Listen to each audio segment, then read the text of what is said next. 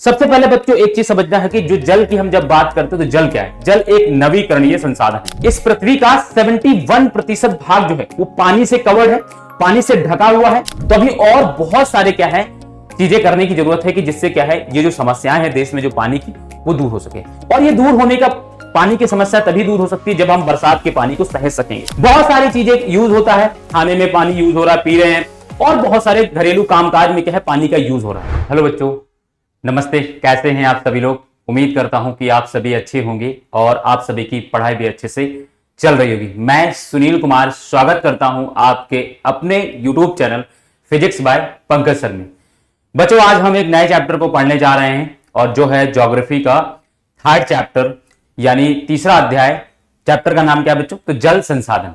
यानी आज हम जल संसाधन के बारे में पढ़ेंगे। जैसा कि आप सभी जानते हैं कि 10th क्लास की जो ज्योग्राफी की जो किताब है या भूगोल की जो किताब है उसमें जो हम चीजें पढ़ रहे हैं वो बेसिकली हमें संसाधन के बारे में ही पढ़ना है। जैसे पहले चैप्टर में हमने क्या पढ़ा था? तो संसाधन और विकास पढ़ा था। दूसरे चैप्टर में हमने क्या पढ़ा था? वन और वन्यजीव संसाधन के बारे में। इसी तरीके से तीसरा जो चैप्टर है वो क्या है? जल संसाधन।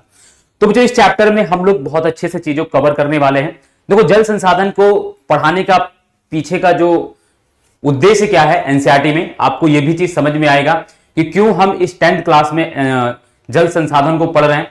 ये सारी चीजों को हम डिस्कस करेंगे। चलो, सबसे पहले हम ये देखते हैं कि इस अध्याय में हमें पढ़ना क्या क्या है, यानी इस चैप्टर में हमें क्या क्या पढ़ना है। तो जो हम इसकी बात करते हैं मेरे बच्चों, तो हमें पहले जानना है कि जल यानी जल हमारे पूरे पृथ्वी पर और हमारे भारत के पास कितना जल है, स्वच्छ जल कितना है, इन सब पे चर्चा करेंगे। जल संसाधन के थोड़े से डाटा के बारे में हम चर्चा करेंगे। फिर हम जल दुर्लभता के बारे में डिस्कस करेंगे, मतलब कि जल की कमी के कारण क्या क्या है हम ये समझेंगे। यानी जल की कमी क्या होती है, जल दुर्बलता क्या है, दुर्लभता क्या है, और फिर हम देखेंगे जल की दुर्लभता के कारण क्या है, यानी कमी के कारण क्या क्या है। ठीक है। देन उसके बाद हम बांध के बारे में समझेंगे, क्योंकि एक जो बांध है जो मल्टीपर्पस यानी हम बहुउद्देशीय परियोजनाओं के लिए बना रहे हैं, तो बांध का आज क्या हमारे लिए बेनिफिट है यानी क्या लाभ है, हम इसके बारे में डिस्कस करने वाले हैं। बहुउद्देशीय नदी परियोजनाओं के बारे में डिस्कस करेंगे, जैसे हम भाखड़ा नागल बांध के बारे में डिस्कस करेंगे, हीराकुंड बांध के बारे में डिस्कस करेंगे। तो ये सारी चीजें हम डिस्कस करेंगे। फिर हम बड़ी बहुउद्देशीय परियोजनाओं के विरोध में आंदोलन के बारे में बात करेंगे, क्योंकि क्या है कि जब भी कभी हम कोई बांध बनाते हैं तो किसी न किसी कम्युनिटी को हम क्या है वहां से हमें डिस्प्लेसमेंट कराना पड़ता है, या बहुत सारे जो है हमारे जो जैव विविधता है उसको नाश होना उसको खतरे में हम डाल देते हैं या उसको विस्थापित करना पड़ता है। तो ये सारी चीजें हमें वहां पे समस्याएं देखनी पड़ती। उसी के विरोध में क्या है हम देखेंगे कि जैसे नर्मदा बचाओ आंदोलन चला, सरदार सरोवर बांध जब बन रहा था उसको लेकर जो है ये आंदोलन जो है चला, उसके बारे में हम डिस्कस करेंगे। और वर्षा जल संग्रहण के बारे में हम डिस्कस करेंगे, यानी जो बरसात का जो पानी है उनको किन किन माध्यम से या किन किन विधियों के माध्यम से हम क्या कर सकते हैं, इनका संग्रहण कर सकते हैं या इसको बचा सकते हैं। इन सब चीजों के बारे में हम डिस्कस करने वाले हैं। ठीक है, चलो। तो सबसे पहले हम बच्चे जानते हैं कि जल। सबसे पहले बच्चों एक चीज समझना है कि जो जल की हम जब बात करते हैं तो जल क्या है? जल एक नवीकरणीय संसाधन है। तो हमने पहले ही चैप्टर में आपको यह चीज समझाया था कि नवीकरणीय संसाधन क्या होते हैं। नवीकरणीय संसाधन का मतलब ऐसे संसाधन होते हैं जिनको हम एक बार यूज करें और हम पुनः जो उनको बना सकें, उन्हें हम क्या कहते हैं? नवीकरणीय संसाधन कहते हैं। जैसे मैंने आपसे कहा था कि हाइड्रो इलेक्ट्रिसिटी यानी जल विद्युत, यानी जो बिजली से जल बनाया जा रहा है, यानी हम बिजली एक बार जल खत्म, बिजली को अगर हम यूज भी कर ले तो फिर हम क्या कर रहे हैं, उसे जल से फिर बिजली बना रहे हैं। तो इसी तरीके से जल जो है ना एक नवीकरणीय संसाधन है, यानी हम जल को क्या है एक बार खर्च हो रहा है फिर से वो बन जा रहा है। कैसे हो रहा है तो उसको इसके हम कैसे समझेंगे उसको? तो उसको हम जल चक्र के माध्यम से समझेंगे। कैसे बच्चों समझेंगे? तो देखो यहां पर मैंने एक पेंटिंग लगाई है। देखो जैसे क्या है बच्चों, ये सतह है, ये सतह पर क्या है? जल है। ठीक है, ये सतह पर क्या है बच्चों? जल है। इस जल में अब जल है, ठीक है, और ऊपर कौन है? हमारे सूर्य देवता है, यानी सन है। सन क्या करता है? सन से एनर्जी निकलती, यानी सन रेडिएशन निकलती। अब सन क्या करता है? इस जो जल को क्या करता है? इस जल को क्या है? जलवाष्प में बदल देता है। जलवाष्प में बदलता है, और जलवाष्प क्या है? कैसे होता है? जलवाष्प क्या है? ऊपर चला जाता है। ठीक है, जलवाष्प बनकर पानी क्या है? ऊपर चला जाता है वायुमंडल में। वायुमंडल में बहुत सारे धूल के कण होते हैं। वो धूल के कण क्या करते हैं? धूल के कण और जलवाष्प मिलकर क्या है? वो बादल का फॉर्मेशन करते हैं, यानी क्लाउड बना देते हैं, बादल बन जाता है। और फिर वही बादल क्या है? बारिश के रूप में क्या है? फिर से क्या है? वो पृथ्वी पर बारिश हो जाती है, वर्षा कर देते हैं, यानी पानी के रूप में वर्षा हो जाती है। और फिर से क्या है? यही जो पानी ऊपर गया था जलवाष्प बनकर फिर क्या है ये नीचे आ जाता है। इसी को क्या बोलते हैं बच्चों? जल चक्र बोलते हैं। ठीक है, इसी को क्या बोलते हैं मेरे बच्चों? जल चक्र बोलते हैं। यानी पहले सन के रेडिएशन से या सन की एनर्जी से क्या है जल जो है जलवाष्प में कन्वर्ट हुआ, परिवर्तित हुआ, वो वायुमंडल में गया, ऊपर गया। ठीक है, वायुमंडल में जो धूल के कण होते हैं उनके साथ वो मेल करता है, देन क्या होता है बादल बना लेता है। बादल बनने के बाद क्या है फिर वही बादल क्या जब हैवी हो जाते हैं, बहुत भारी हो जाते हैं, फिर क्या है वो बारिश के फॉर्म में क्या है नीचे बरस जाते हैं। जैसे अभी बारिश हो रही है, तो जब बारिश हो जाती है तो फिर क्या है जो पानी ऊपर गया था जलवाष्प के रूप में वही वर्षा के रूप में क्या है फिर से नीचे आ जाता है। इससे क्या होता है जल क्या हो रहा है नवीकरणीय हो, एक बार ऊपर जा रहा है फिर नीचे तो बन जा रहा है। ये का मतलब क्या है? इसी को जल चक्र भी कहते हैं और इसे समझ सकते हो कि जल क्या है? नवीकरणीय संसाधन है।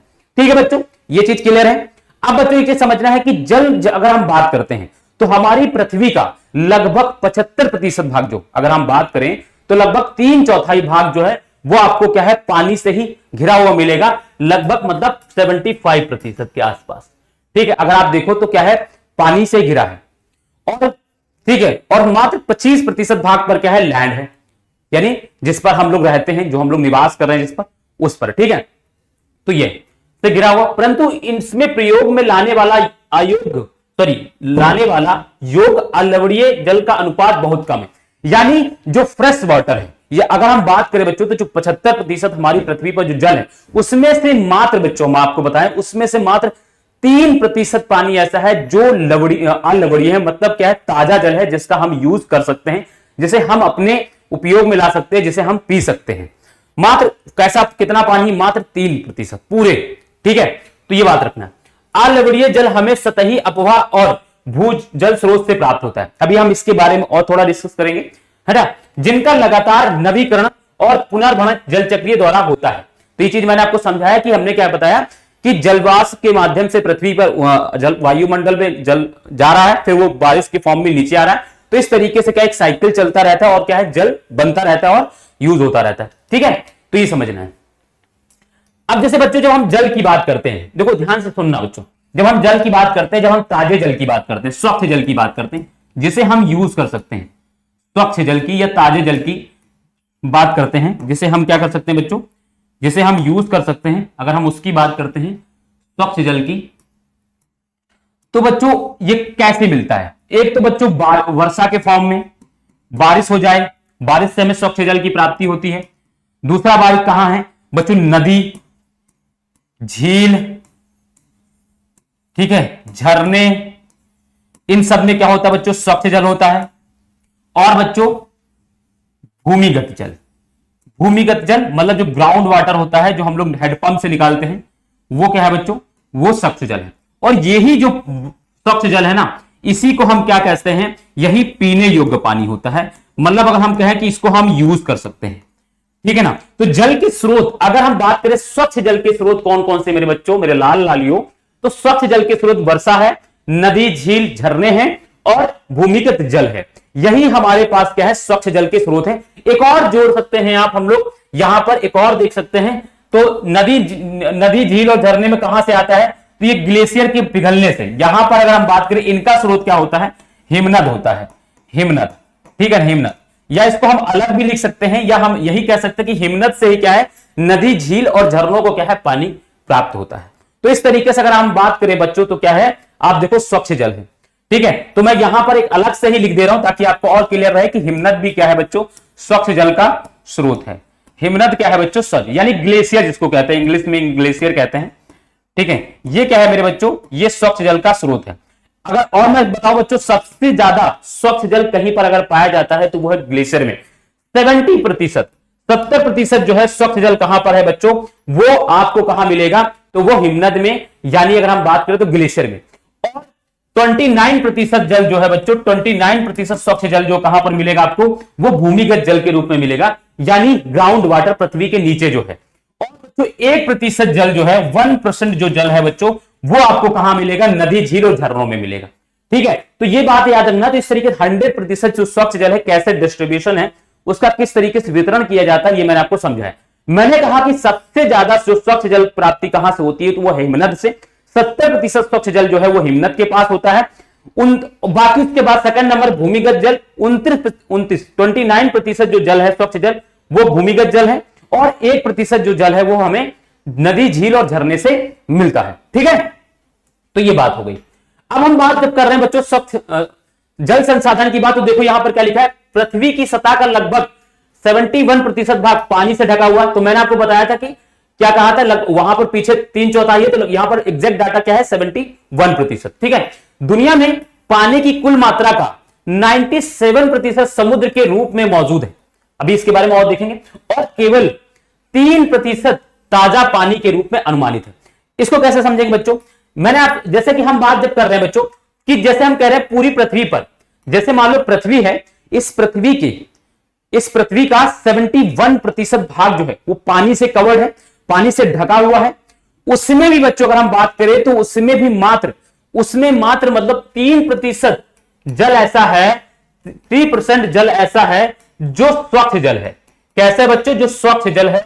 बाकी क्या है बच्चों, जो 97% जल जो है वो खारा जल है, यानी वो समुद्र में आपको खारा जल है,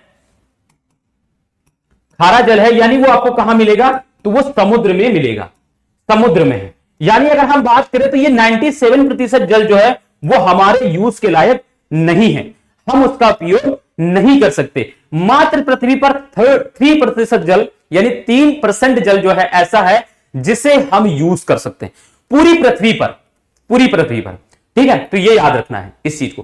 ठीक है, अब बात करें बच्चों, पृथ्वी पर कुल जल का केवल 3% ही मीठा जल है, वही स्वच्छ जल है, जिसमें 70% हिमनद के रूप में, पीछे मैंने आपको समझाया भी, 29% भूमिगत जल है तथा 1% से भी कम पृथ्वी की सतह पर झीलों और नदियों के रूप में है, जो मैंने आपको अभी पीछे समझाया। देखो यहां पर कहां गया, हाँ ये मैंने आपको समझाया, ये जो चार्ट मैंने बनाया था इसको एज इट इज ऐसे ही बना लोगे तो आपको याद हो जाएगा।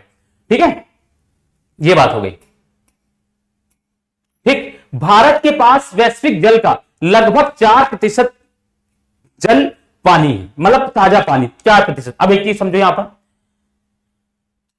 ये देखो जब हम बात कर रहे हैं बच्चों की 3%, इस 3% का पूरे वर्ल्ड में है, ये पूरी दुनिया में है 3%। इसको मैं थोड़ा अच्छे से बना दूं ताकि आप लोग क्या है एक बार इसको क्लियर कर लेते हैं। ठीक है, ध्यान से सुनते चलना। ठीक है, अब हम एक चार्ट बनाने जा रहे हैं पानी के बारे में ताकि आपको एकदम क्लियर हो जाए। देखो हमने कहा कि पृथ्वी पर 71% भाग जो है पानी से ढका है, ठीक है। अब ध्यान रखना इस चीज का, 71% पर। फिर मैंने कहा कि जो ये 70% पानी है इसको 2 पार्ट में डिवाइड कर दो, इसको 100% मान लो, इसको ठीक है, इसको 100% मान के और क्या करोगे, इसको 2 पार्ट में डिवाइड कर लो। इस 71% का बच्चों 97% जो है ना पानी, वो कैसा पानी है, वो खारा पानी है। ध्यान रखना, वो खारा पानी है, यानी मतलब क्या है, वो समुद्र में है, बड़े बड़े महासागरों में है। ठीक है, और बच्चों फिर बात करते हैं 3% जो जल है, 3% जो जल है वो कैसा जल है बच्चों, तो ये स्वच्छ जल है, यानी ताजा पानी है जिसे हम यूज कर सकते हैं। ठीक है, ये पूरी दुनिया में, पूरे वर्ल्ड की बात कर रहे हैं। ठीक है, अब इसमें भी बच्चों इस 3% स्वच्छ जल का, इस 3% स्वच्छ जल का बच्चों क्या है, भारत के पास 4% जल है, 4% जल है, क्या है, जो स्वच्छ है, ठीक है, जो स्वच्छ है। बात समझ में आई? मतलब अगर हम बात कर रहे हैं 71% भाग जो पानी से ढका है, उसमें से 97% भाग जो है पानी जो है वो समुद्र में है, और 3% पानी जो है वो स्वच्छ है, जो हमारे यूज के लायक है। इस 3% का, इस स्वच्छ 3% का क्या है, 4%, मात्र 4% जो है। अब ये मतलब समझना ये है कि इसको 100% मानोगे। अब इसको अगर 100% मान रहे हो इस 3% को, तो इसका 4% पानी जो है वो भारत के पास, स्वच्छ जल जो है भारत के पास है। ठीक है, ये ध्यान रखना है इस चीज को। ठीक, अब आप सोचो बच्चों कि भारत के पास, अगर हम बात करें, भारत के पास दुनिया में नंबर 1 आबादी है, एक है ना, मतलब 1 अरब 45 करोड़ जनसंख्या आज हमारे भारत की हो चुकी है। दूसरी बात बच्चों क्या है भारत के पास मात्र पूरी दुनिया का 2.4% भाग लैंड है। अब इतना कम क्षेत्र होने के बावजूद इतना कम पानी है और जनसंख्या बढ़ती जा रही है, तो होगा क्या बच्चों, इससे होगा क्या कि जो संसाधन है वो महंगे होंगे। दूसरी बात, संसाधनों की कमी होती जाएगी जिस तरीके से, उसी वजह से क्या है, अगर आप देखो तो क्योंकि जब जनसंख्या बढ़ेगी तो क्या होगा, पानी की डिमांड बढ़ेगी, पानी की मांग बढ़ेगी, और पानी को अगर हम बचा नहीं पा रहे हैं, पानी का प्रबंधन नहीं कर पा रहे हैं, तो फिर क्या होगा, पानी की कमी की समस्याओं से हमारा देश क्या है, जूझने लगेगा, है ना। और भारत के बहुत सारे क्षेत्र ऐसे हैं आज भी, अगर आप बात करेंगे तो क्या है, वहां पर पानी की बहुत बड़ी समस्या देखने को मिलती है। जैसे बच्चों राजस्थान का वेस्टर्न वाला इलाका, पश्चिमी राजस्थान की बात करें तो वहां जो औरतें हैं वो लगभग 10-10, 12-12, 15-15 किलोमीटर जो है पैदल चलकर जो है पानी लेने जाती हैं। पानी की समस्या, बुंदेलखंड वाला रीजन, ठीक है बच्चों। यहीं पर अगर हम बात करें तो भारत में जो दक्षिण का इलाका है, जो पठार वाला इलाका है, वहां पर पानी की समस्या है, ठीक है। इधर हम ईस्टर्न चले जाएं तो वहां पर बारिश इतनी ज्यादा होने के बावजूद भी वहां बहुत सारे क्षेत्र ऐसे जो पानी की समस्या झेल रहे हैं। सेंट्रल युग, अगर हम बात करें मध्य भारत की बात करें तो दिल्ली में पानी की समस्याएं हो रही हैं, हरियाणा, पंजाब, यहां पर भी अब पानी की समस्या उभर कर आने लगी है। तो धीरे धीरे अगर आप देखें तो बहुत बड़ा क्षेत्र भारत का ऐसा है जो पानी की समस्या से जूझने लगा है। उसका रीजन यह है कि हम जो पानी है, उस पानी को, जो बारिश का पानी है, वो हम सहेज नहीं पा रहे हैं। सहेज नहीं पाने का मतलब ये, उसको हम बचा नहीं पा रहे हैं। वो क्या हो रहा है, बारिश हो रही, नदी नाले में बहकर समुद्र में मिल जा रहा है, वो पानी हम स्टोर नहीं कर पा रहे हैं, और हम क्या कर रहे हैं, ग्राउंड से जो वाटर है उसको हम सक कर रहे हैं, बहुत तेजी से निकालते जा रहे हैं भूमिगत जल को। और इसी वजह से क्या हो रहा है, जो भूमिगत जल है उसका जो लेवल है वो बहुत नीचे चला जा रहा है, या हो क्या रहा है कि पानी खारा होता जा रहा है। तो ये सारी समस्याएं हमें देखने को मिल रही है, ठीक है। अभी हम आगे इस पर और डिस्कस करेंगे, ठीक है। अब देखो बच्चों, अगर हम बात करें तो पानी की प्रति व्यक्ति प्रति वर्ष उपलब्धता के मामले में भारत दुनिया में 133वें स्थान पर है। मतलब आप देख लो, हम 133वें स्थान पर है, बहुत खतरनाक स्थिति में हम, ठीक है। ऐसी आशंका व्यक्त की जाती है कि 2025 तक भारत के बड़े हिस्से पानी की कमी वाले देशों या क्षेत्रों में शामिल हो जाएंगे। आपको मैं डाटा बताऊं बच्चों, लगभग 2025 तक पूरी दुनिया में लगभग बच्चों क्या है, 20 मिलियन लोग जो हैं पानी की समस्याओं को से मतलब क्या है, वो जूझने लगेंगे, ठीक है। 20 मिलियन 2025 तक, उसमें भारत भी शामिल है, ठीक है। ये बात याद रखना है, ठीक है। क्लियर बच्चों, चलो अब ये देखो, ये मैंने एक चार्ट बनाया जो मैंने पीछे समझाया था।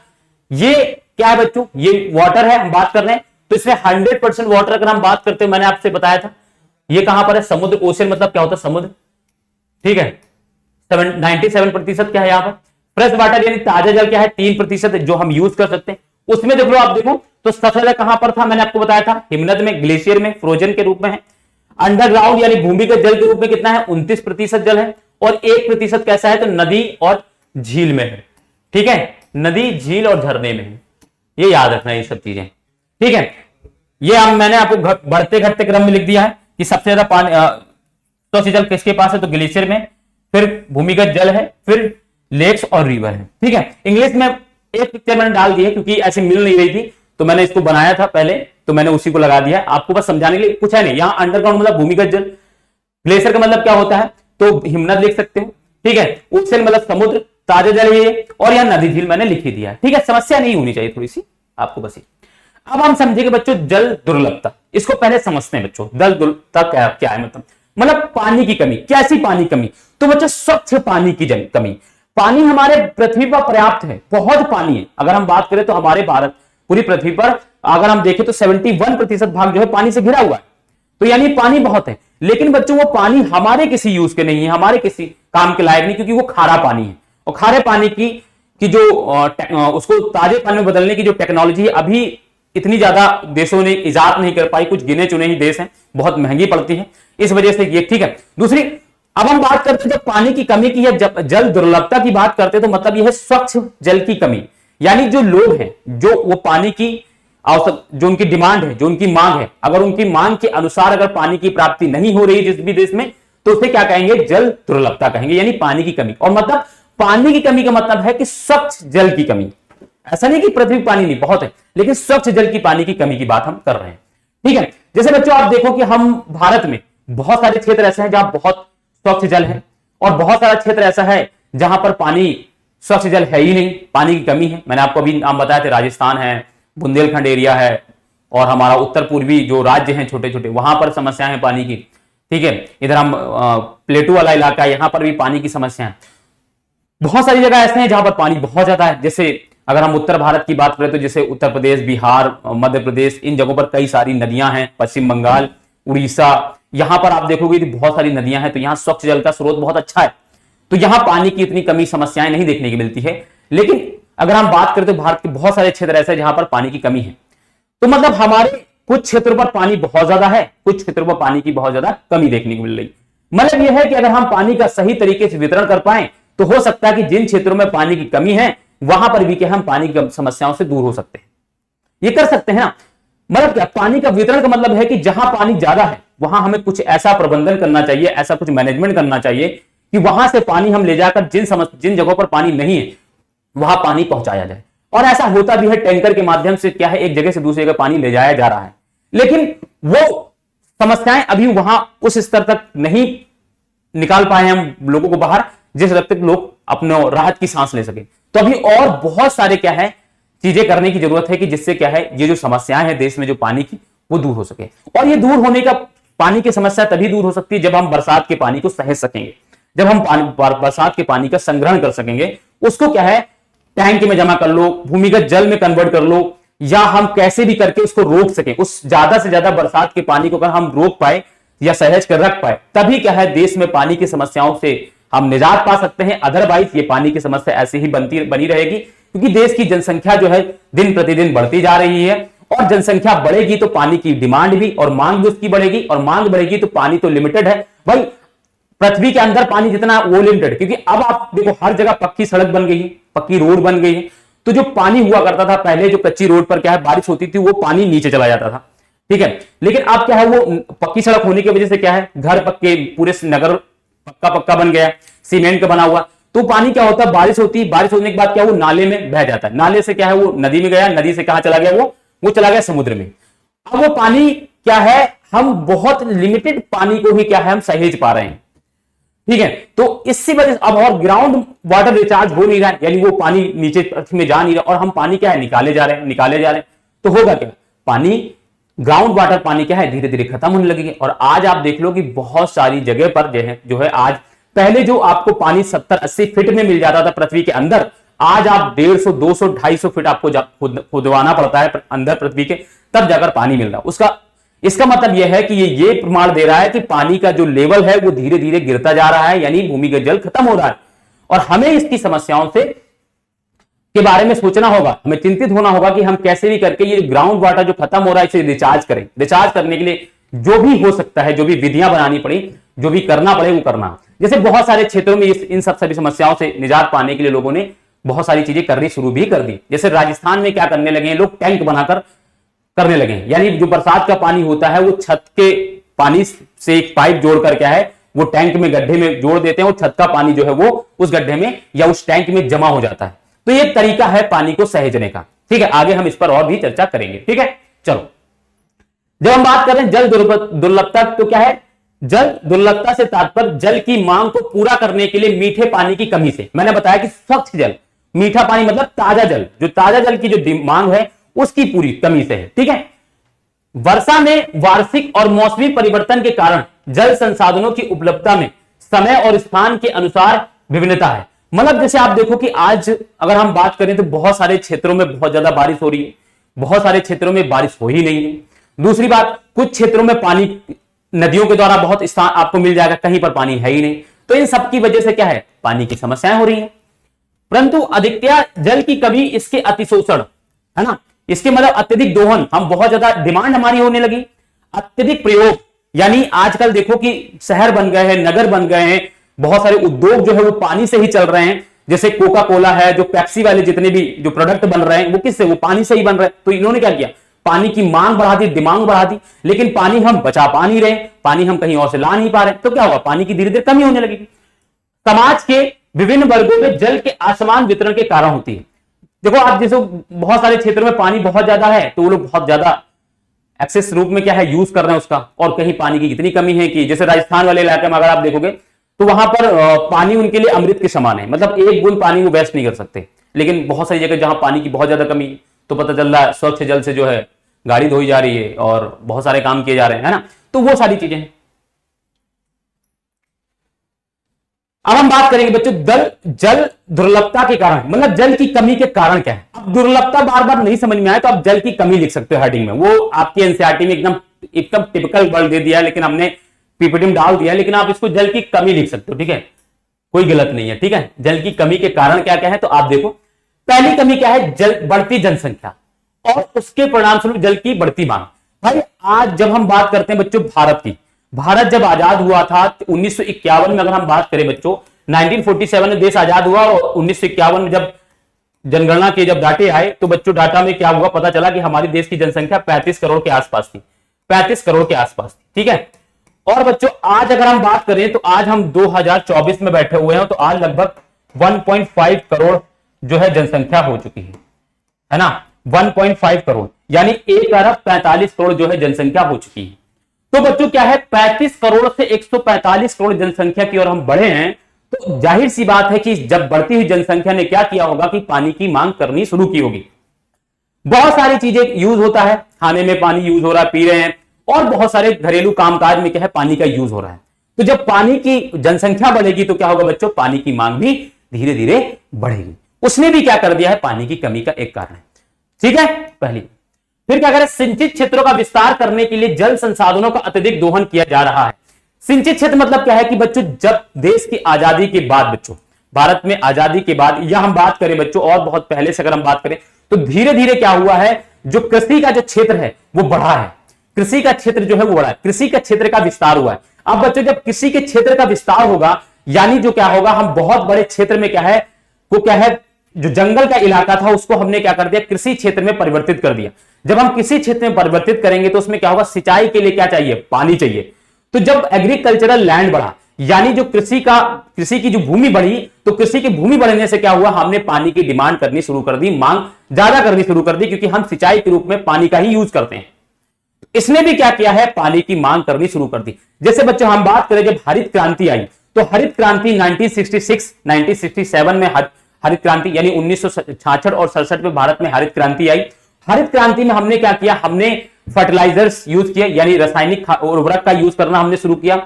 HYV सीड्स रासायनिक बीज का यूज करना शुरू कर दिया। ये रासायनिक बीज और ये रासायनिक उर्वरक जो है पानी की बहुत ज्यादा मांग करते हैं, कम समय में कम क्षेत्र में ज्यादा उत्पादन करते हैं, लेकिन फिर ये क्या करते हैं, पानी की मांग बहुत ज्यादा करते हैं।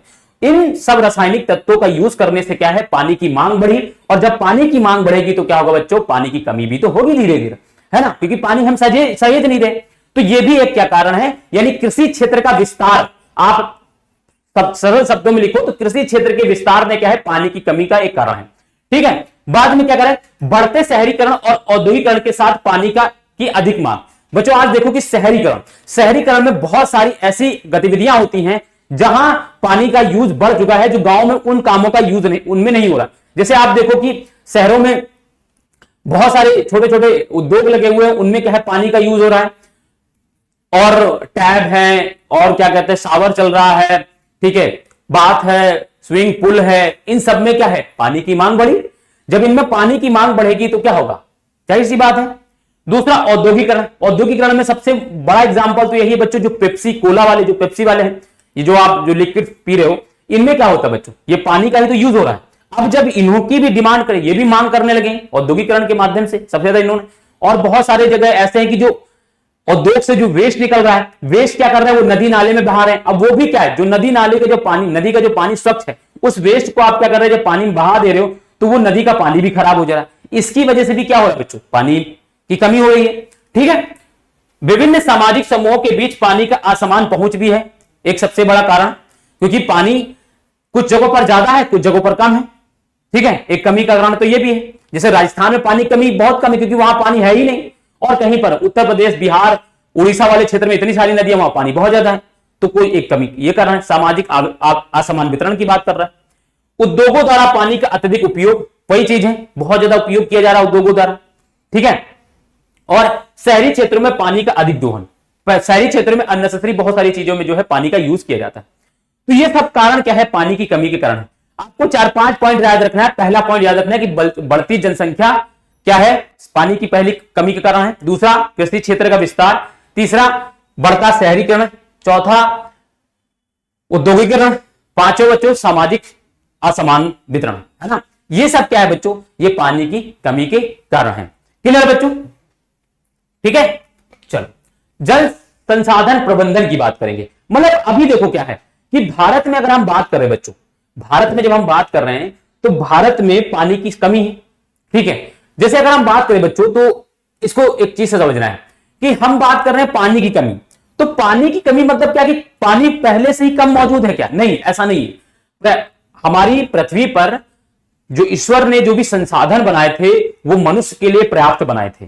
गांधी जी कहते हैं कि मनुष्य की जरूरत की पूर्ति के लिए तो पृथ्वी पर पर्याप्त संसाधन है, लेकिन उसकी लालच की पूर्ति के लिए संसाधन पर्याप्त नहीं है, ठीक है। तो लालच बस क्या है बच्चों, संसाधनों की पृथ्वी पर क्या है, कमी होने लगी है। क्योंकि मनुष्य ने क्या किया है, संसाधनों का अत्यधिक दोहन करना शुरू कर दिया है, उनका अननेसेसरी यूज करना शुरू कर दिया है।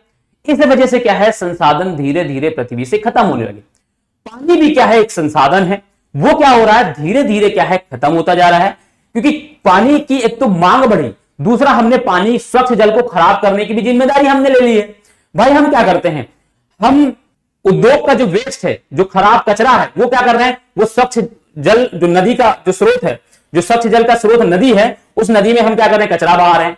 शहर का कचरा क्या कर रहे हैं हम, नदी नाले और नहरों में बहा रहे हैं, नहरों में बहा रहे हैं। तो ये क्या है, जो स्वच्छ जल है वो पहले से ही खराब होता जा रहा है। अब हमें क्या करना है बच्चों, ये जो स्वच्छ जल की कमी होती जा रही है, जिन सब समस्याओं के कारण हमें क्या करना है, हमें इन समस्याओं से पार पाना होगा। इसके लिए हमें क्या करना होगा, पानी का मैनेजमेंट करना होगा, यानी जल का क्या है, प्रबंधन करना होगा।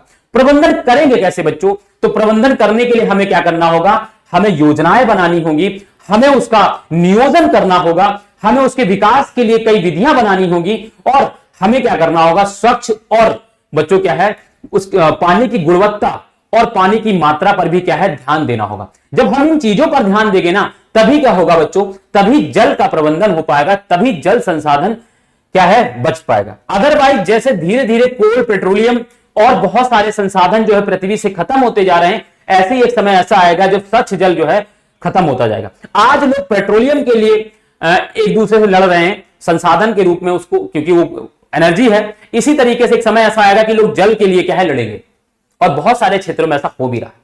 तो हमें क्या करना है बच्चों, जल का प्रबंधन करना है। और जल के प्रबंधन के लिए हमने बताया कि करना क्या है, तो उसका प्लान बनाना है, उसका नियोजन करना है, उसको विकास करना है, और क्या करना है, जो स्वच्छ जल है उसकी मात्रा और गुणवत्ता पर ध्यान देना होगा। इससे क्या हो जाएगा, जल का प्रबंधन हो जाए, ठीक है।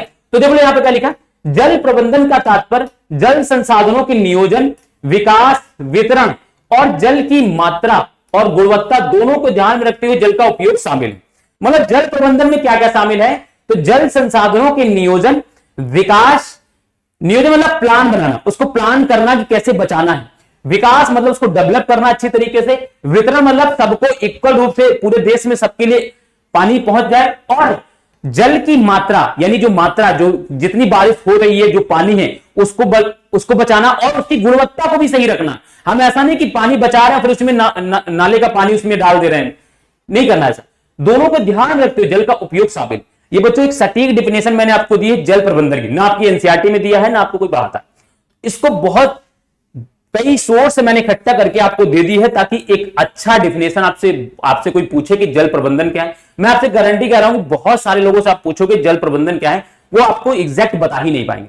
इसीलिए मैंने आपको क्या किया, एक अच्छी डिफिनेशन दे दी है, ताकि आप आराम से उसको पढ़ के, कभी भी आपसे एग्जाम में पूछा जाता है, ये कोई पूछता है तो आप आराम से उसको बता सके, ठीक है। अब हम बात करते हैं बच्चों, जब जल संसाधन की बात करते हैं या जल प्रबंधन की बात करते हैं, तो ऐसा नहीं कि हमारे भारत के लोग आज जागे हों जल प्रबंधन के मामले में, या विश्व के लोग आज जागे हों कि आज पानी की कमी हो रही है और हमें जल प्रबंधन करना चाहिए, तो ऐसा नहीं है।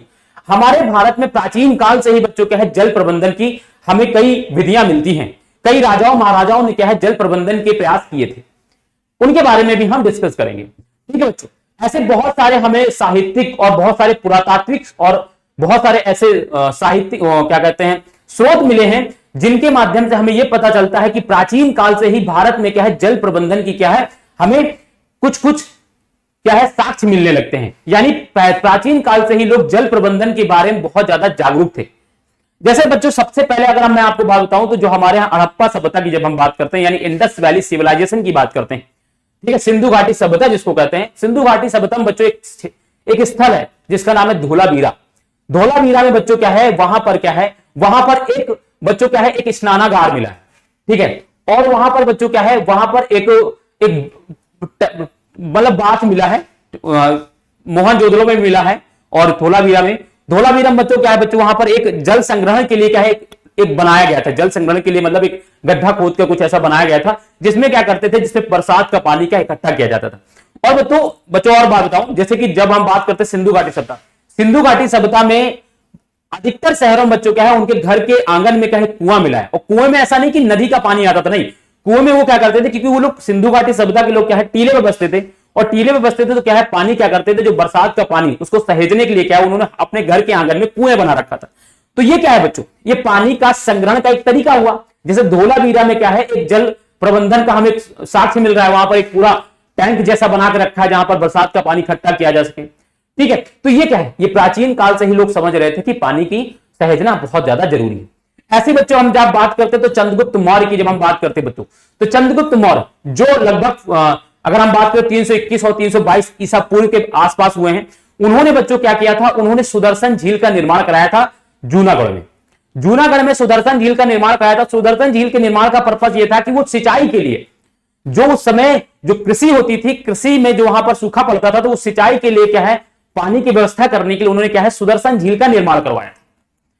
ऐसे बच्चों इलाहाबाद में फर्स्ट सेंचुरी बीसी में आप देखोगे कि लगभग वहां पर फर्स्ट सेंचुरी बीसी यानी प्रथम शताब्दी ईसा पूर्व में आप देखोगे इलाहाबाद के सिंगेरी वर्णम में क्या है, वहां पर एक हमें क्या है, बहुत बड़ा जल का प्रबंधन का साक्ष्य मिलता है।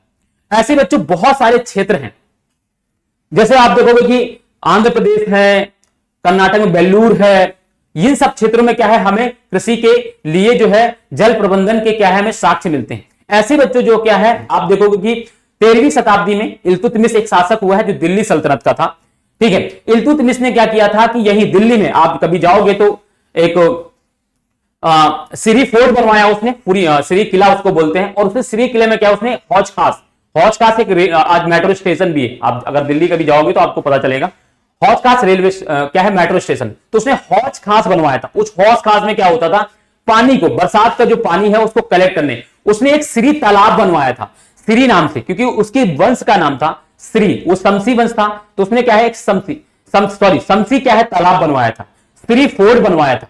ये सब क्या है बच्चों, ये पानी के प्रबंधन के एक तरीके हैं, ठीक है। तो ये चीजें आपको याद रखनी, इतनी चीजें मैंने आपको बताई जो इतिहास से रिलेटेड, वो याद रखना है, प्राचीन कालीन जल प्रबंधन का माध्यम था। और आज हमारे भारत में क्या है, अभी हम उन पर भी डिस्कस करेंगे। पहले मैं इसको जितना मैंने अभी तक बताया उसको पीपीटी पढ़वा दूं, अदरवाइज आप कहोगे सर ऐसे पढ़ाते रहते हैं, पीपीटी दिखाते नहीं, तो पीपीटी भी दिखा देंगे। देखो यहां पर लिखा हुआ पुरातात्विक, वैज्ञानिक और ऐतिहासिक अभिलेख बताते हैं कि हमने जल प्रबंधन के लिए बांध, जलाशयों और झीलों के तटबंध और नहरों जैसे उत्कृष्ट जलीय कृतियां बनाई हैं। प्राचीन काल से ही बनाई, हमने बांध ही बनाए हैं, हमने जलाशय भी बनाए हैं। जैसे मैंने आपको बताया शमसी तालाब बनवाया, जैसे हमने एक 11वीं शताब्दी में आप देखोगे तो ये राजा हुए हैं जिनका नाम है राजा भोज ने, आप देखोगे भोपाल में बहुत बड़ी 40 किलोमीटर लगभग लंबी क्या है, उन्होंने एक झील बनवाई है। तो ये क्या है, ये पानी को संग्रहित करने का एक तरीका है, ठीक है। झीलों के भी निर्माण है, जलाशय की, ठीक है। अब देखो यहां पर प्राचीन भारत में जलीय कृतियां क्या है, आप देख लो। ईसा से 1 शताब्दी पहले इलाहाबाद के नजदीक सिंगवेरा में नंगा नदी के बाढ़ को जल संरक्षित करने के लिए एक उत्कृष्ट जल संग्रहण तंत्र बनाया गया, पहली बार। फिर देखो चंद्रगुप्त मौर्य के समय बृहद स्तर पर बांध, झील और सिंचाई तंत्रों का निर्माण करवाया। मैंने आपको बताया कि चंद्रगुप्त मौर्य ने क्या किया था, सुदर्शन झील का निर्माण करवाया था। उसी के बाद जब उसका पुत्र कौन हुआ, बिंबिसार का जो पुत्र है कौन, तो अशोक ने क्या किया था, इसी सुदर्शन झील का क्या है, पुनः निर्माण करवाया था। फिर इसके बाद आप देखोगे कि यहां पर एक राजा होता है जिसका नाम है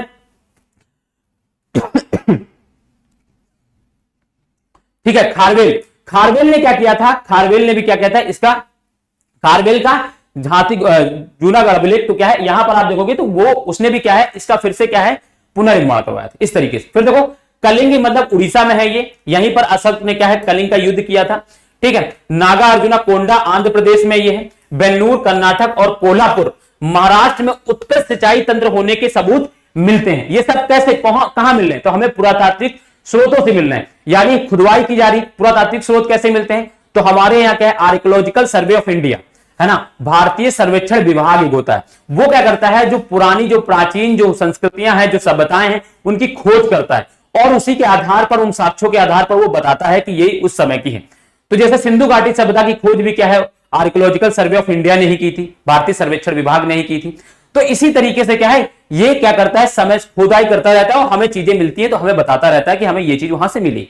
ठीक है। अपने समय की सबसे बड़ी कृत्रिम झीलों में एक भोपाल झील है, जो मैंने आपको अभी बताई, जिसको भोज झील भी कहा जाता है। 11वीं शताब्दी में बच्चों क्या है, बनाई गई थी। मैंने आपको बताया राजा भोज हुआ करते थे, परमार वंश के एक राजा थे राजा भोज, उन्होंने क्या किया था, इस झील का निर्माण करवाया था। ठीक है बच्चों, इस चीज को क्लियर होना चाहिए आपको। चलो अब देखो, यहां पर मैंने आपको बताया था कि 14वीं शताब्दी में इल्तुतमिश ने, ठीक है, ये 14वीं शताब्दी नहीं होगी बच्चों, ये 13वीं शताब्दी होगी। ठीक है, ये 13वीं शताब्दी को उसने 1210 के आसपास, 1210 से लेकर उसने 1236 ईस्वी तक शासन किया था। ये 13वीं शताब्दी होगी, 14वीं शताब्दी नहीं होगी, है ना। 13वीं शताब्दी में इल्तुतमिश ने, ठीक है ना, क्या किया था बच्चों, दिल्ली में श्री फोर्ट क्षेत्र में जल की सप्लाई के लिए हौज खास एक विशिष्ट जल तालाब बनवाया था। मैंने आपको बताया कि हौज खास, आपको मैंने बताया कि मेट्रो स्टेशन भी है यहाँ पर हौज खास दिल्ली में, तो वहीं का है। ठीक है, क्लियर बात ये। तो ये प्राचीन। अब हम बात करेंगे बच्चों बांध। बांध जो है आज एक मल्टीपर्पस यानी बहुउद्देशीय परियोजनाओं के लिए क्या है, यूज किया जा रहा है। बांध से हम क्या कर रहे हैं, बाढ़ नदी के बहाव को रोक रहे हैं। बांध के माध्यम से हम क्या कर रहे हैं, पानी को इकट्ठा कर रहे हैं, वहां से विद्युत बना रहे हैं, बिजली बनाने का काम भी हम कर पा रहे हैं। बांध में ही क्या है, हम फिशरिंग कर रहे हैं, मत्स्य पालन भी कर पा रहे हैं। बांध से ही क्या बच्चों, नौकायान प्रतियोगिताएं भी हो रही हैं, वो भी कर पा रहे हैं। तो बांध आज जो है बहुउद्देशीय परियोजनाओं के लिए यूज किया जा रहा है। और बांध, पहले बांध जो बनाए जा रहे थे उनका एक ही उद्देश्य था, बाढ़ को रोकना और सिंचाई या पीने के पानी के लिए क्या है, लोगों की जरूरत की पूर्ति करना। लेकिन आज बांध उन सब से परे जा चुका है। आज बांध के कई उद्देश्य हो चुके हैं, जहां पर आज बिजली भी बना रहे हैं, जहां मत्स्य पालन भी हो रहा है, जहां पर बच्चों क्या हो रहा है, जहां नौकायान प्रतियोगिताएं भी हो रही हैं। ठीक है, तो आज मल्टीपर्पस उद्देश्य हो गया इसका। ठीक है, तो आप देखो बांध, और एक चीज याद रखना बच्चों, बांध स्ट्रक्चर को नहीं कहते, मतलब जो बना हुआ, जो पत्थर का जो बना हुआ स्ट्रक्चर होता है उसको बांध नहीं कहते। बांध जलाशय को कहते हैं, जहां पानी इकट्ठा होता है ना, उसको बांध कहते हैं। ठीक है, तो ये याद रखना है। बांध बहते जल को रोकने, दिशा देने या बहाव कम करने के लिए खड़ी की गई बाधा है, जो आमतौर पर जलाशय, झील अथवा जल भारण बनाती है। अब देखो यहां पर क्या कर रहा है, बांध का अर्थ जलाशय से लिया जाता है, ना कि इसके ढांचे से। मतलब आप देखोगे तो ये जो ढांचा है ना, ये नहीं है, बल्कि ये जो पीछे जो पानी भरा है ना जहां पर, ये इसको बांध कहेंगे। ये ढांचा बांध नहीं होता है। ठीक है, ये याद रखना है। ये आपके एनसीईआरटी में स्पष्ट लिखा हुआ है, तो आपको ध्यान देकर इस चीज को पढ़ना है, अदरवाइज एमसीक्यू में आपसे गलत करवा सकते हैं एग्जाम में। ठीक है, अब हम बात करते हैं बच्चों तो बांधों। देखो बांधों का जो वर्गीकरण है, यानी बांध कई तरीके के मिल जाएंगे। ऊंचाई के आधार पर बांधों का वर्गीकरण किया जाता है, यानी जो, ठीक है, कितनी ऊंचाई पर होना चाहिए। दूसरा, बांध की संरचना के आधार पर क्या है, बांध का वर्गीकरण किया जाता है। तो बांधों का वर्गीकरण कई आधारों पर किया जाता है, एक तो ऊंचाई और दूसरा संरचना के आधार पर क्या है, बांधों का वर्गीकरण किया जाता है। वर्गीकरण के बारे में आपको नहीं पढ़ना है ज्यादा, जब मैं बड़े यूपीएससी वाले बच्चों को पढ़ाता हूं ज्योग्राफी, तो मैं वहां बांधों के बारे में वर्गीकरण बता देता हूं कई तरीके से। लेकिन यहां आपको सिर्फ इतना जानना है कि बांधों का वर्गीकरण कई तरीके से किया जाता है। आपके में दो तरीके से दिया गया है, एक तो संरचना और दूसरा ऊंचाई के आधार पर। बस आपको इतना याद रखना कि बांधों का वर्गीकरण संरचना और वर्गीकरण क्या है, ऊंचाई के आधार पर किया जाता है। ठीक है, तो याद रखना, बांधों का वर्गीकरण उनकी संरचना और उद्देश्य या ऊंचाई के अनुसार किया जाता है। ठीक है, तो याद रखना है आपको, दो चीजें यहां पर मेंशन की हुई हैं। अब हम बात करते हैं बच्चों, और बच्चों देखो आजकल मैंने आपको बताया जो आजकल जो बांध बनाए जा रहे हैं, प्राचीन काल में जो बांध बनते थे उनका उद्देश्य क्या होता था, तो मैंने आपको बताया, एक तो बाढ़ को रोकना, दूसरा सिंचाई के लिए, तीसरा घरेलू जल के उपयोग के लिए। बस इतना ही यूज होता था। लेकिन आज जो बांध बन रहे हैं उनका उद्देश्य सिर्फ यही नहीं रहा, आज ये बहुउद्देश्य के लिए बनाए गए, बहुत सारे उद्देश्य इनके हो चुके हैं, जिनमें मैंने आपको बताया कि इनमें आज मत्स्य पालन भी हो रहा है, आज इनमें हमें क्या कर रहे हैं कि आज यहां बिजली का उत्पादन भी किया जा रहा है, आज इनमें क्या है बच्चों, तो नौकायान प्रतियोगिताएं भी हो रही। आज यहां पर्यटन के लिए भी ये बहुत हो गया है। जैसे लोग भाखड़ा नागल बांध जो है, सरदार सरोवर बांध लोग देखने जाते हैं, वहां घूमने जाते हैं, तो ये क्या है, आज ये पर्यटन के लिए भी हो गया। तो ये क्या है, आज जो बांध है ना, उसका उद्देश्य बहुउद्देशीय हो चुका है, वो मल्टीपर्पस हो चुका है। ठीक है, तो ये याद रखना है। तो देखो, आजकल बांध सिर्फ सिंचाई के लिए नहीं बनाए जाते, अब तो उनका उद्देश्य विद्युत उत्पादन, घरेलू तथा औद्योगिक उपयोग, जल आपूर्ति, बाढ़ नियंत्रण, मनोरंजन, आंतरिक नौचालन, यानी क्या है जो हम कह रहे हैं कि जो नौकायन प्रतियोगिता की बात करते हैं, वो मछली पालन भी है। इसलिए बांधों को बहुउद्देशीय परियोजनाएं भी कहा जाता है। जैसे भाखड़ा नागल बांध, जैसे हीराकुंड बांध, ये सब क्या है, जैसे सरदार सरोवर बांध, ये क्या है, ये बहुउद्देशीय परियोजनाओं में इनका यूज किया जा रहा है। ठीक है, तो देखो उदाहरण के तौर पर यहां पर दिया है सतलज ब्याज बेसिन में भाखड़ा नागल परियोजना। समझ में, इसका देखो क्या कहिए, जल विद्युत उत्पादन और सिंचाई दोनों के काम में आती है। ठीक है, इसी प्रकार महानदी बेसिन में क्या है, हीराकुंड बांध परियोजना है, जल संरक्षण और बांध नियंत्रण का समन्वय। तो एक बांध एक है, लेकिन उसका उद्देश्य कई है। ठीक है, ये बात याद रखना है। आगे हम बात करेंगे बच्चों, तो हुआ क्या, जब बांध को कई उद्देश्यों के लिए यूज किया जाने लगा, तो भारत में जब आजाद हुआ, भारत की आजादी के बाद क्या है, बहुत सारे बांध बनाए गए, और इन बांधों ने क्या है, भारत के विकास, भारत के आर्थिक, सामाजिक और राजनीतिक भारत के आर्थिक विकास में और भारत की समृद्धि में क्या है, इन्होंने बहुत महत्वपूर्ण भूमिका निभाई। इसीलिए जो हमारे भारत के प्रथम प्रधानमंत्री हुए हैं जवाहरलाल नेहरू जी, है ना, श्री जवाहरलाल नेहरू जी, उन्होंने बांधों को क्या कहा है, उन्होंने बांधों को कहा है आधुनिक भारत के मंदिर। आपसे डायरेक्ट पूछा जा सकता है कि किसने, भारत के किस प्रधानमंत्री ने जो है बांधों को क्या है, आधुनिक भारत के मंदिर कहा है, तो आपको बताना होगा जो है माननीय जवाहरलाल नेहरू जी ने। ठीक है, तो इन्होंने क्या कहा था, क्योंकि ये जो है हमारी विकास, हमारे देश की विकास, हमारे देश की समृद्धि में एक महत्वपूर्ण भूमिका निभा रहे थे, इसीलिए जो हमारे उस समय के उस समय के जो प्रधानमंत्री थे, उन्होंने क्या कहा था, उन्होंने बांधों को क्या है, आधुनिक भारत के मंदिर कहकर पुकारा था।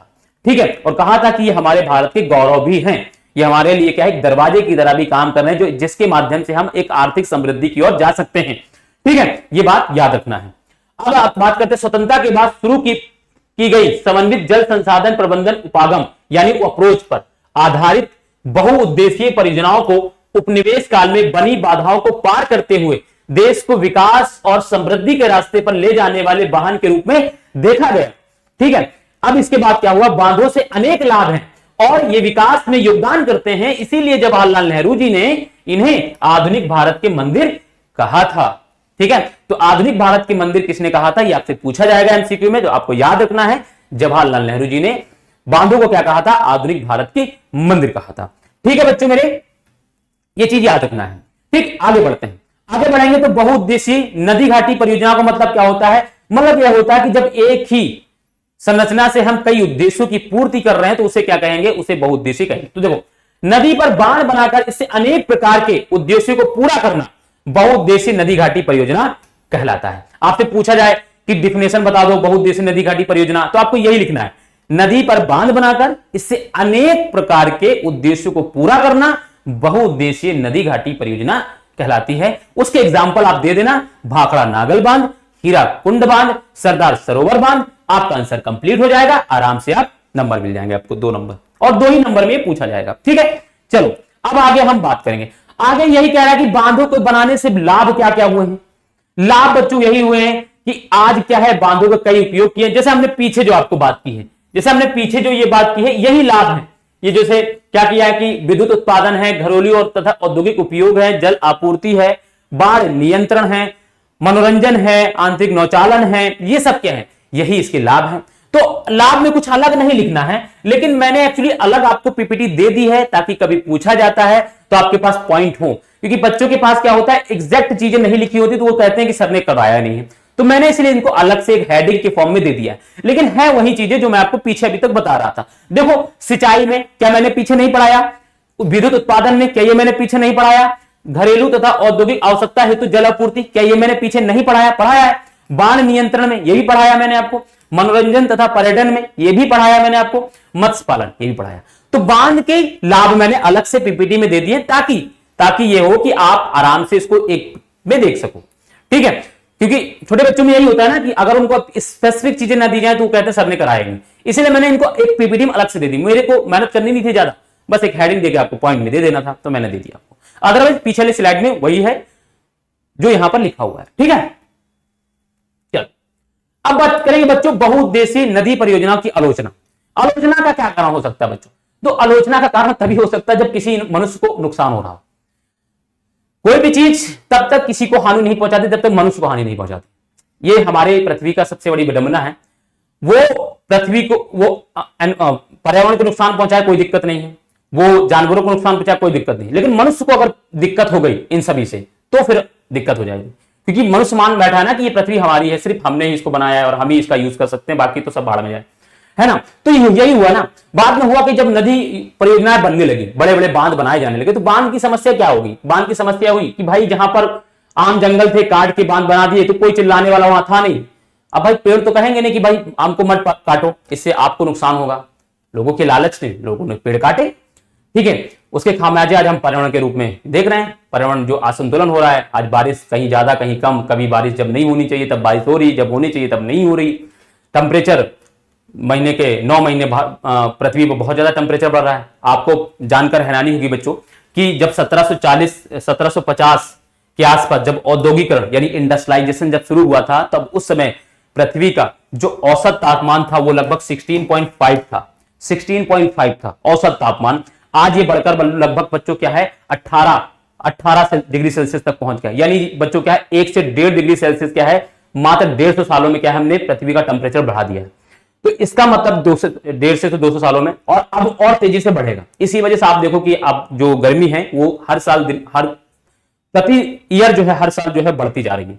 उसका रीजन यही है कि पेड़ों की कटाई हो रही है, पक्के घर बनते जा रहे हैं और इन सब चीजों से क्या। और दूसरी बात है कि जो बरसात का पानी, जो ग्राउंड वाटर, जो पृथ्वी नीचे जाएगा पानी, तो पृथ्वी ठंडी होगी, तो उससे क्या होगा, उससे जो हीट वेव जो होता है वो थोड़ा जल्दी रिलीज होगा। लेकिन वो क्या होता है, पानी जब पृथ्वी के अंदर नहीं जाता तो वो धीरे धीरे क्या करती है, अपनी गर्मी रिलीज करती है। इसकी वजह से क्या होता है, ज्यादा समय तक क्या है पर्यावरण को वो क्या है गर्म रख पाती है। ये भी एक बड़ा रीजन है।